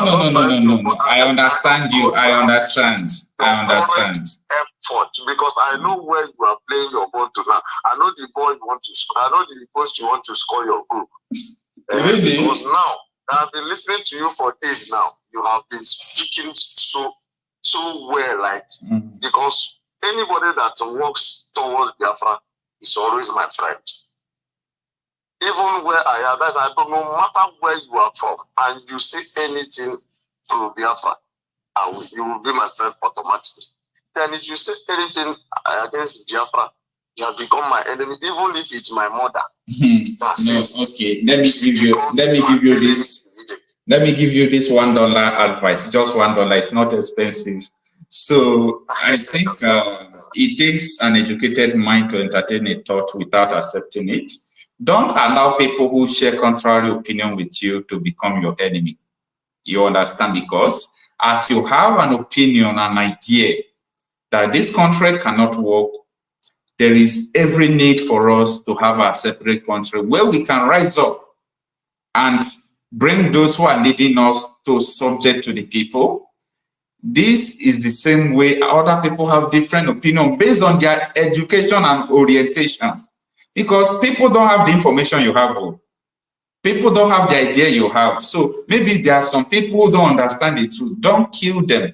Don't hate them because they don't understand the truth you know. I can never kill anyone that goes against, unless the person is a threat to me. Yes, what I'm saying is that threatens, like just like what our Prime Minister is doing today, that is eliminating and decimating all those people that are carrying gun and challenging us. Yeah, what I'm trying to say. So that do their whatever, all those politicians. Yeah, listen, so that you not misunderstand me. What I'm trying to say is that you may mention that those who don't share Biafra idea with you are your enemies. They are not. Because if you declare them an enemy, how would they understand what you are saying? Because everybody must not agree with you. So it's important, call nobody your enemy, but make sure you share the truth. See, according to Nnamdi Kanu, he said, I'm going to destroy Nigeria with truth. If you continue to hate people, if you continue to hate people, they will never understand where you are coming from, where you are going. So love them, but tell them the truth. Okocha, see. This thing now, in Biafra struggle, we don't have permanent friend and we don't have permanent enemy. Yes, and that is this word, not in Biafra struggle, in this word. Anyone that does what pleases us is our friend. Like just this our sister now, Amaka, she was not with us.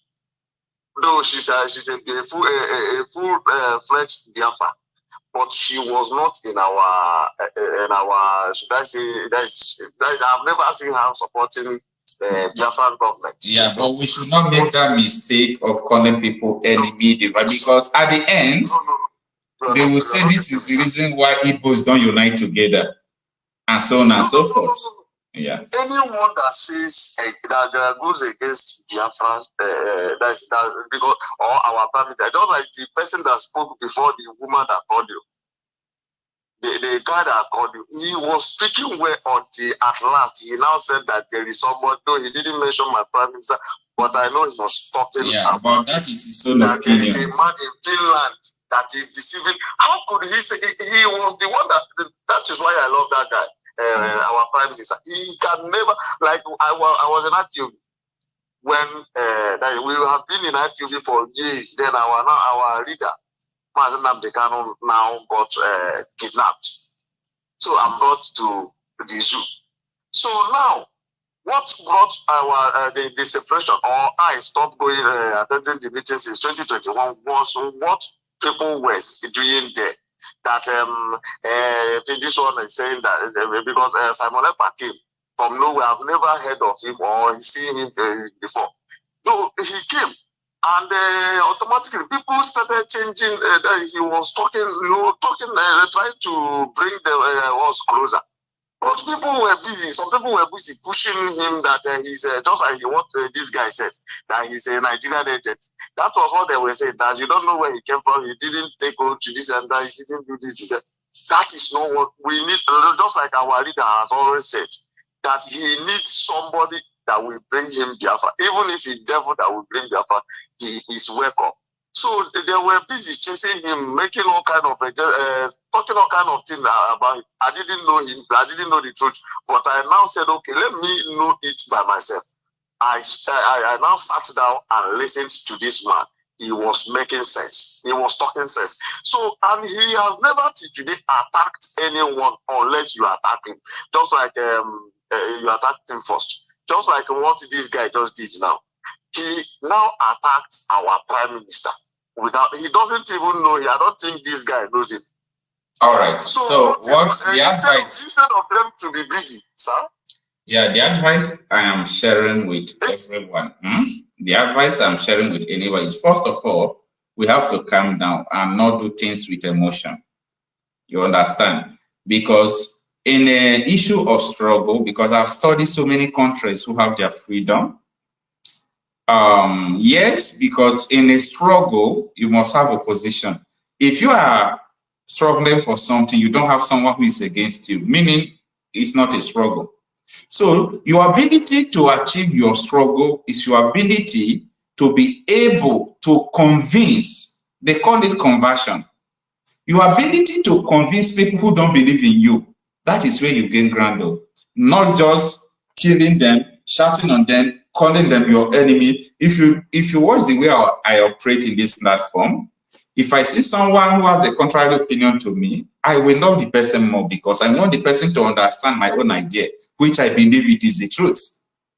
So without us having this kind of mentality, we'll keep on making mistakes. Even though, for example, you are doing the right thing now, but when you use the wrong approach, people will run away from you.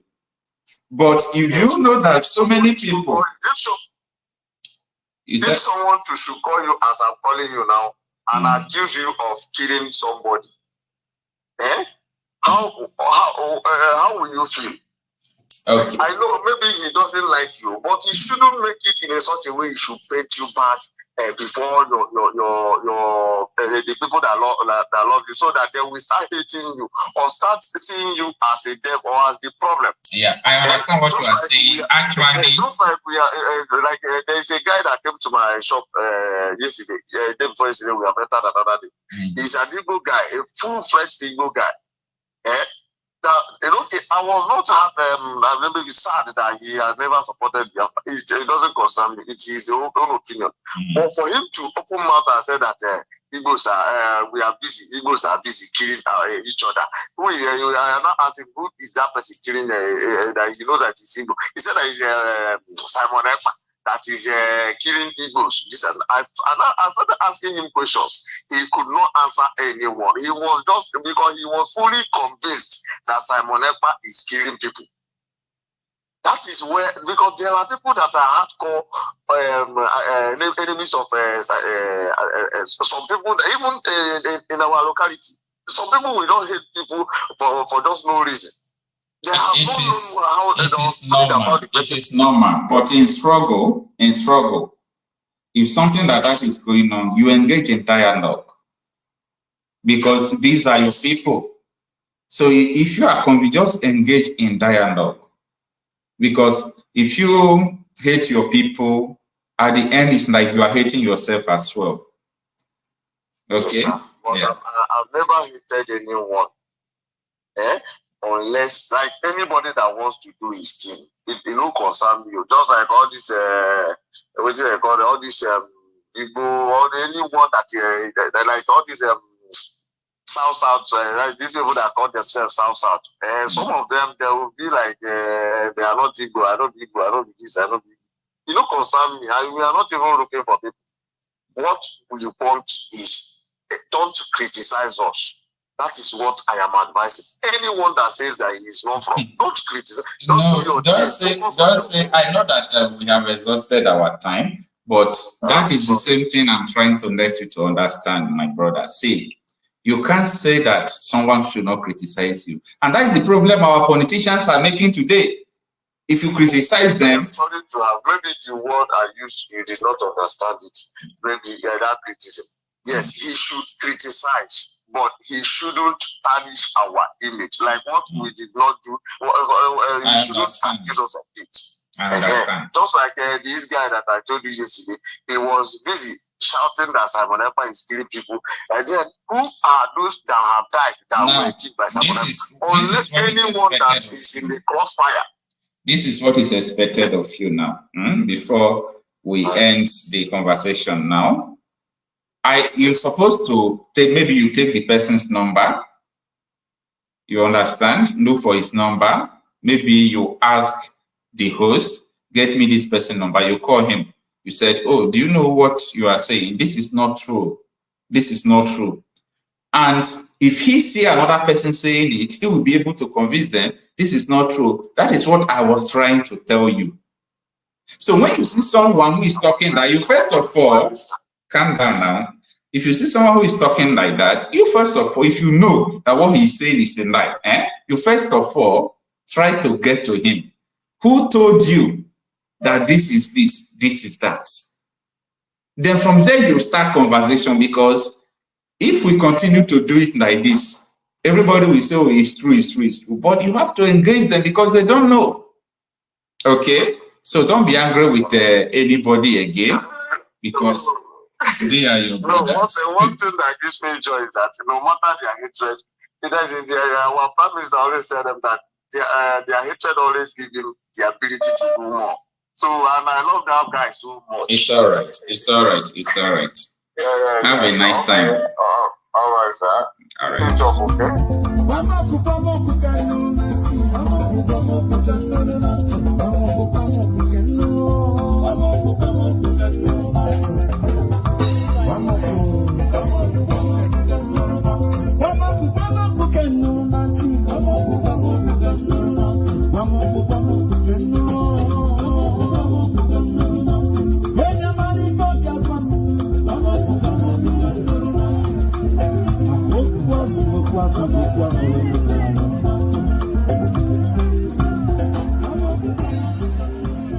And one of the records in particular that stands out the most is like Collateral Damage off the project. Why do you think that song has resonated so much?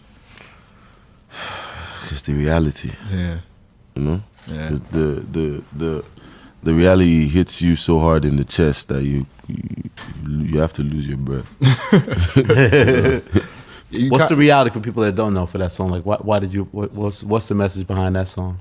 The message is, the song is called Collateral Damage, and why it's called Collateral Damage is because we, as not just Nigerians, as Africans, that's the citizens, not the powers that be, we are all collateral damage.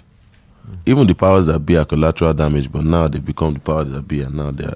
Right. Do you understand? Because at the end of the day, whatever, let's even start from the name of your country or your whatever. It's not a name that was given by your ancestors. Right. Do you understand? Somebody came from somewhere and told you that you are this, and then now that's who you are. Right. Do you understand? So now you're collateral damage because their reason for naming you that and their reason for even coming in the first place had nothing to do with your best interest. Right. Do you understand? So now we're in a situation where it's like we were almost unwanted in our own place. So now it's a lot of fixing to do, because it's like it's like if you're frying an egg, then the shell is going to be collateral damage. Right, it's part of it. Do you understand? Because it's the one that's going to be broken and thrown away. And that's kind of what the ordinary African man is in this day and age. It seems like you stick up for the African man too, because I saw a couple weeks ago there was a situation in South Africa, and you had some issues with there. Do you feel like that's been resolved, or you still like? I mean, for me, it's not. I have no personal problems because me, you know. But it's the problems. Or the problem is in the reality of the situation. Do you understand? The problem is in how certain Africans see themselves, and because of the way they see themselves, they see their brothers the wrong way. Right, and the Nigerian people, not just Nigerian people, other Africans. No, it's not even. We're talking about the South African situation. Yeah. So that's an example. Okay. Do you understand? Yeah. Because of how do I put it? It's just really misplaced and misguided anger and hatred. Do you understand? Yeah. And that is not it really does not help the unity of Africa. Right. Yeah. Do you understand? Yeah. It's a very deep rooted problem, you know? I think it was great about the album, besides it having such, great vibes to it, and obviously you can dance to it, it's great. But the messaging, like you said, even another song, you had another story. You literally give us very educational view of Nigeria and the history. Like, we'll talk about that song, and why was that important to include in the album? If you notice, it came right after Collateral Damage. So basically, how I made the album is for in a way, it's for every. Yeah, that was Burna Boy trying to explain the reason for his song Collateral Damage, saying that Nigeria was not meant to be a nation, that even our leaders were part of the damage before they themselves became leaders. But for me, we all are in this mess. Let's have another caller. Hello? Hello? Yeah, good morning, Marcel. Yeah, good morning, sir. Thanks for joining us. Your name and where you are calling from? Alexander from Russia. Alexander from Russia. How is Russia? Well, we're doing good today. All right. You know, most of the time what we see in the news is not, it doesn't match the reality on ground. So what is going on in Russia? I listened to news where Putin is threatening Great Britain that he's going to sink the tiny Britain with a nuclear weapon because they are supplying Ukraine weapon. How is the war going? Is it disturbing the day-to-day activities over there? Actually, it is, but not in Moscow, because Russia is very big, up to 11 million square kilometers. So it is affecting other cities, just like in our Nigeria, we have Abuja, we have other states. So the crisis is affecting other cities, but not in Moscow is the capital. Okay. So yes, and even here in Moscow, we are feeling the impact because more people are moving from those cities and they're coming to Moscow. Okay. The roads are jam-packed, train stations are jam-packed. Right now, so we have a kind of housing crisis because people are leaving their cities and they're coming to Moscow.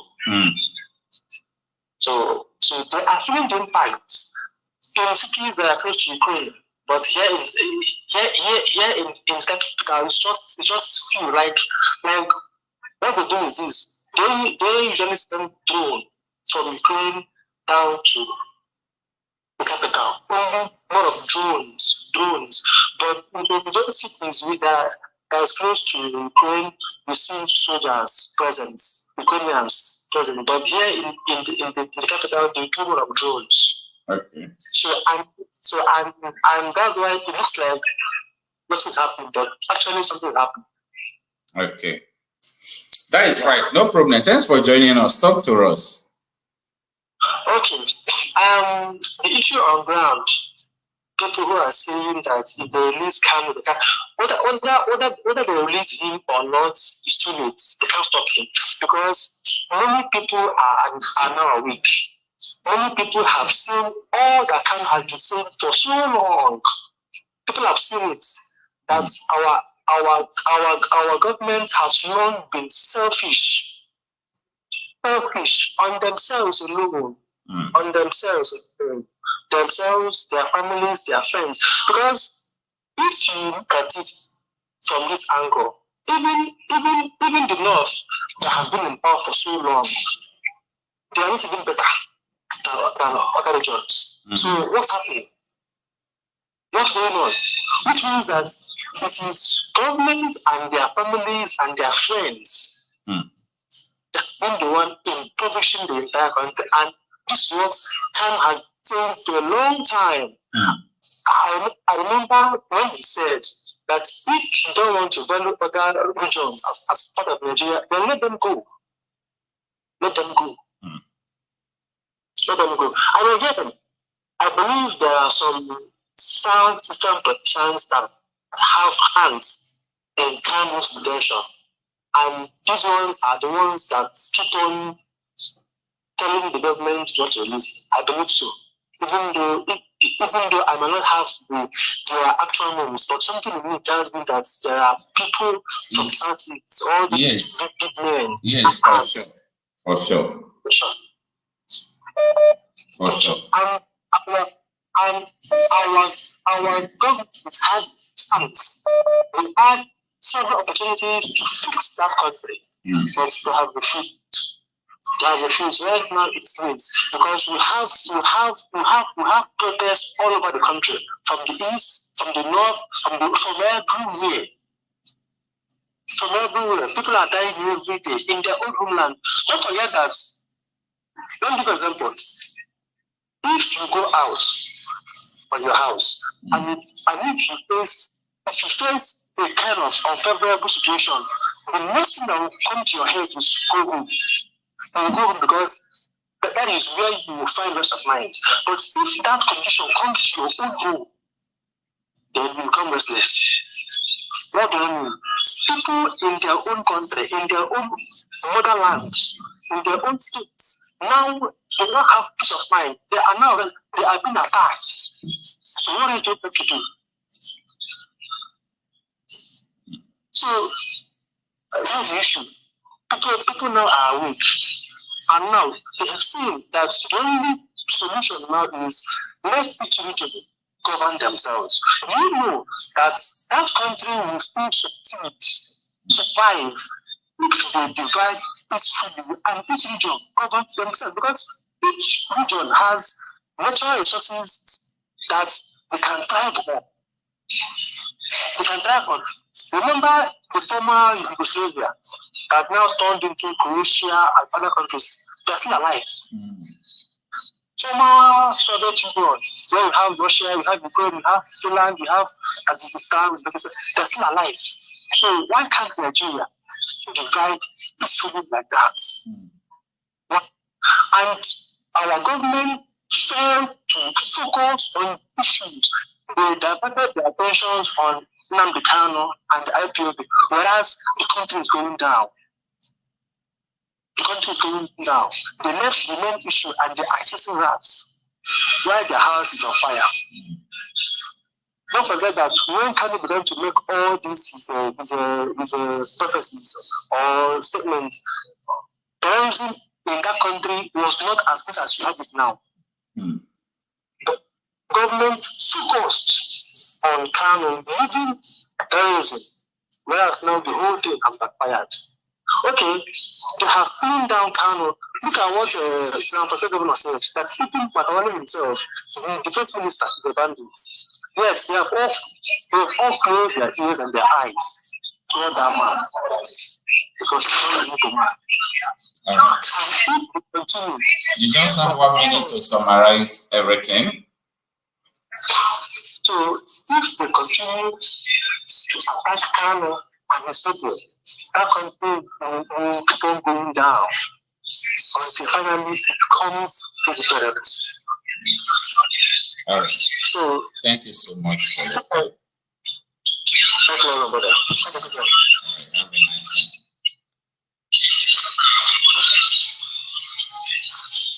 All right, that is our brother from Russia, Moscow to be precise. Now, before we go further, there is something that he hinted, and that was what I said before at the beginning of this program. The Southeast governors, politicians, I mean the senators, House of Rep, the way they were meeting the federal government, saying they are negotiating for Kanu's release. Up to now, people are now asking, were they going to show off? These people were playing politics. Maybe they never knew that, oh, this man will not be released in the next court proceeding. They were thinking that Kanu is about to release, so let us show off, so that if he comes out, he will see videos where we are just saying they should release Kanu, they should release Kanu. So many of them, in so many meetings, they are saying one thing or the other, like this one. So any senator in the South is very willing. The governors are willing. The business leaders are willing. They are glad. So most of the time, they gather together like this just for show off. I'm sorry to say that, but that is what I understand, that they are showing off. So let's have another caller, please. Maybe we can receive 1 or 2 calls, and we go further. before we call it a day. Hello? Oh, you're online with somebody. Hello? Good morning. Your name and where you are calling from? Yeah. It's Chris. Actually, I'm calling from London. There's something I wanted to let you know, just like on a personal level, somewhat, But anyway, so I am on live program. If it is on personal level, I'm on live program. Oh, okay, maybe do I call back? Because it's not like it's personal, but it's just that what is happening. Because 1st of October, there's going to be a protest. So I just wanted to speak slightly, just less than 1 minute about it. But anyway. All right, talk to us. Talk to us. Yeah. Okay, yeah. So let me just say that because, again, the way some of our people, the way the Nigerian educational system bastardize the way we reason. You were correcting the guy, which is good. You have to talk to everybody. You have to convince people. It's like campaigning. Nnamdi Kanu spent years and years to become what he is today, to become this larger than life that he is today. Through Radio Biafra. Through Radio Biafra, Nnamdi Kanu has become an institution. Bro, Okocha, I tell you that for the generation to come, Nnamdi Kanu will be studied like a book, what this guy has become. Right, so I like the way you try to educate that brother, which is good. Now, but on why I called to let you know is that because we have seen it, that the British owns Nigeria and they run it through their Fulani, this thing. But when we say it looks as if we are being ethnically bigotry, but truth is always the truth, no matter how you paint it. Now, the former British High Commissioner, I don't know if you are aware, if you are here there grant to hear stuff when they go on.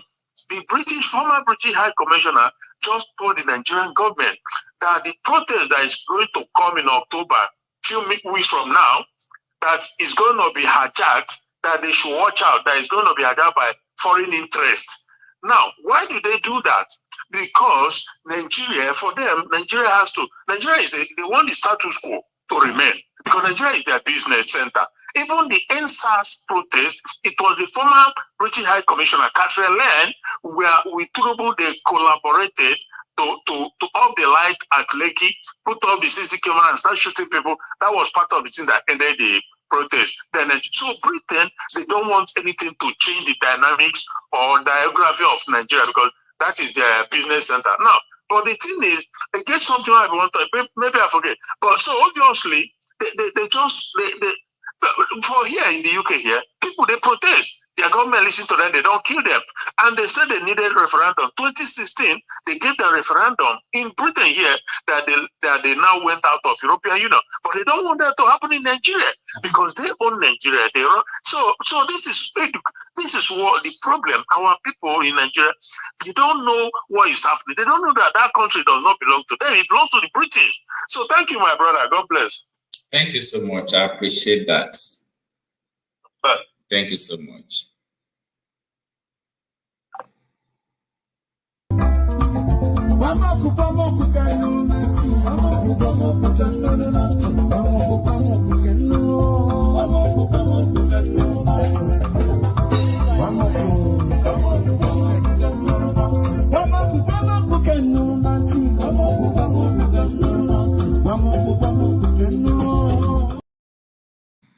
Yeah, good morning. Thanks for joining us. Your name and where you are calling from? Yeah, Okocha, how are you? I'm fine. Good morning. And you? My name is Florence. Okay, I'm calling from London.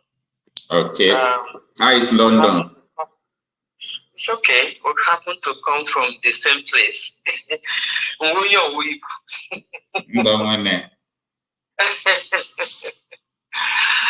Okay. The Nigerian issue is becoming something else. I just want to say just a few words. I don't know. We're just going round and round and round and round. The best option, which everybody is running away from, is to break this contraction.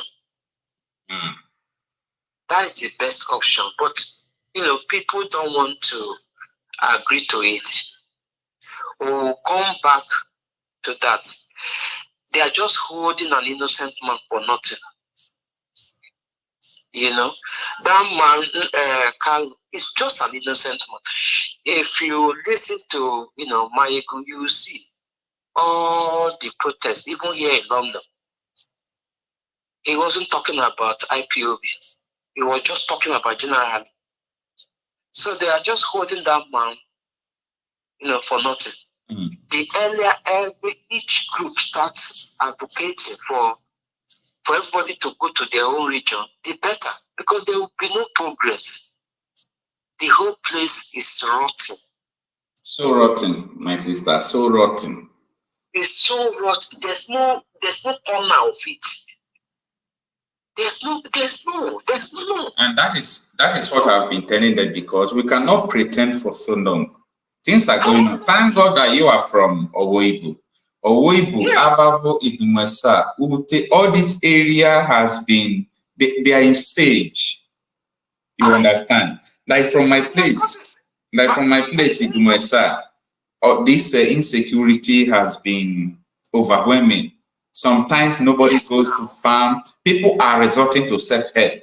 People goes to farm, they arrange vigilante, do all sort of things. And people are still playing, they don't know the level of atrocities that the government is leveling against the people. It's beyond my imagination that people will just, does it mean they don't know what is going on? I don't understand it. They know. I will not say they don't know, because Tinubu was asked, what plan do you have to tackle the insecurity in Nigeria? He said, if I have any plan, they will kill me. That statement, Nigerians don't know the meaning of that statement.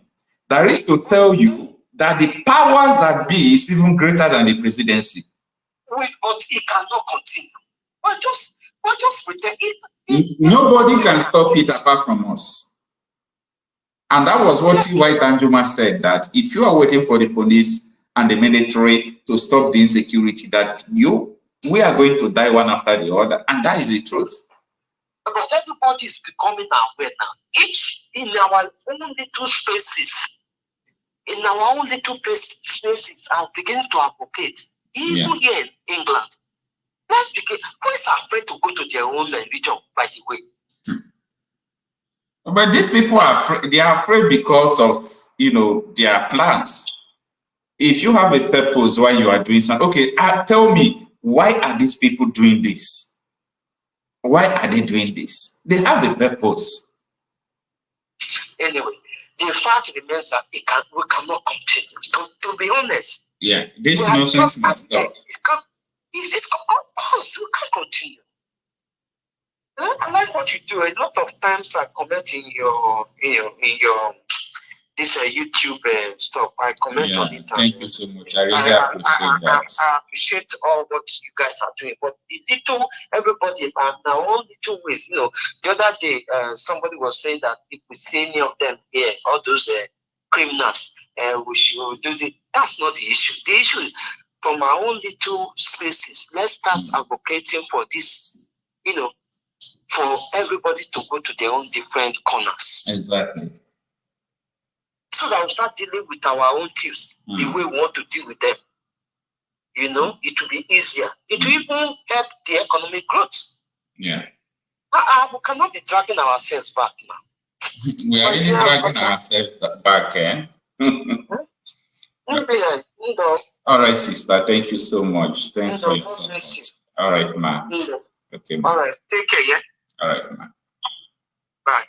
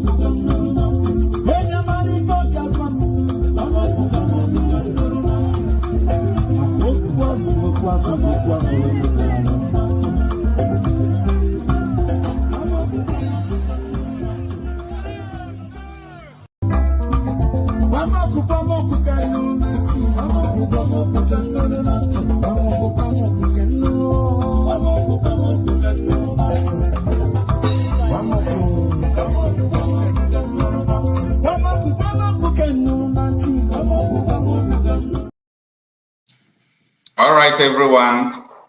Thanks for joining and tuning in tonight. Please do well to join me tomorrow's night.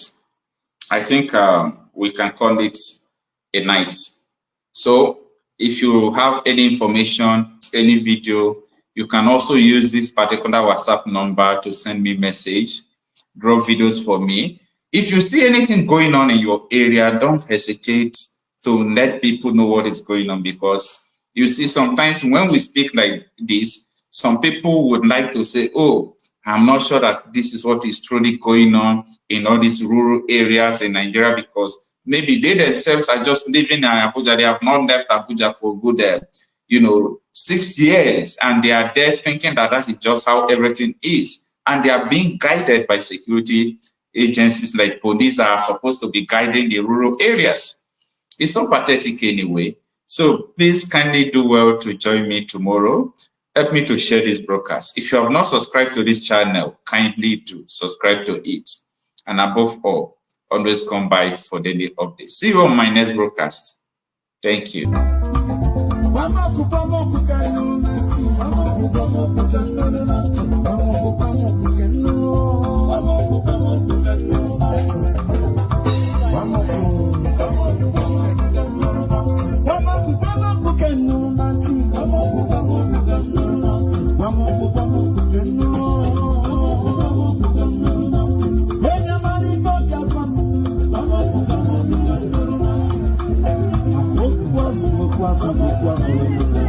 I was arrested in 2019 before revolution. It still happened. Yeah. I was restricted to Abuja. We still made NSAS happen. So I was not in Nigeria, and bad governance happened. So I'm not even big deal anymore in this struggle. Yeah. You guys have become more radical than myself. So anybody that is wasting his time plotting some plots, you are just wasting your time, because Nigerians have reached a point where they are no longer afraid of death. Yes. Because the Tinubu regime has killed us with economic policies, with political policies.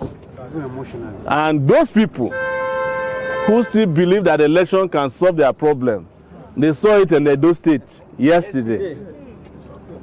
They packaged the election. The outcome had been determined, brought Wike's cousin to come organize the election. How do you expect you to win the election? Bring the former commissioner of police in Abuja, Bernard Igwe, to come and supervise the election, and you're expecting that the election will be free and fair. You are wasting your time. But the Nigerian people can decide that they want all this nonsense to end now. Yes. And all of us can come out in our huge numbers on October 1 all over Nigeria. Somebody asked me yesterday at a radio station, so how long is this one going to last? Until we win. Until we win. We were in court. Me, when they placed Mr. Sowore on watch list, I was one of the person who genuinely felt he should not come to the country. Genuinely, out of genuine feeling that why will he come? This country is not, the country is not smiling. And people who are in government, they don't get joy too. And we might not get joy. So me, I was thinking he should not come. And I was even shouting that what is going to happen. But all of a sudden, I said that he has landed. Hey, I said he has come. And this matter is today. And I know what has been going on in this matter. But all of a sudden, within a period of 2 hours, they said, those in the airport, the immigration, they made mistake. His name was, we have removed it. They said they have removed somebody from watch list. On what ground? Does it mean what you say he did? He didn't do it again? And that is the gain in courage. That is the gain in courage. But I'm telling you, if he didn't come, within me, I'll be feeling justified that it's good I didn't come. But the fact that he came,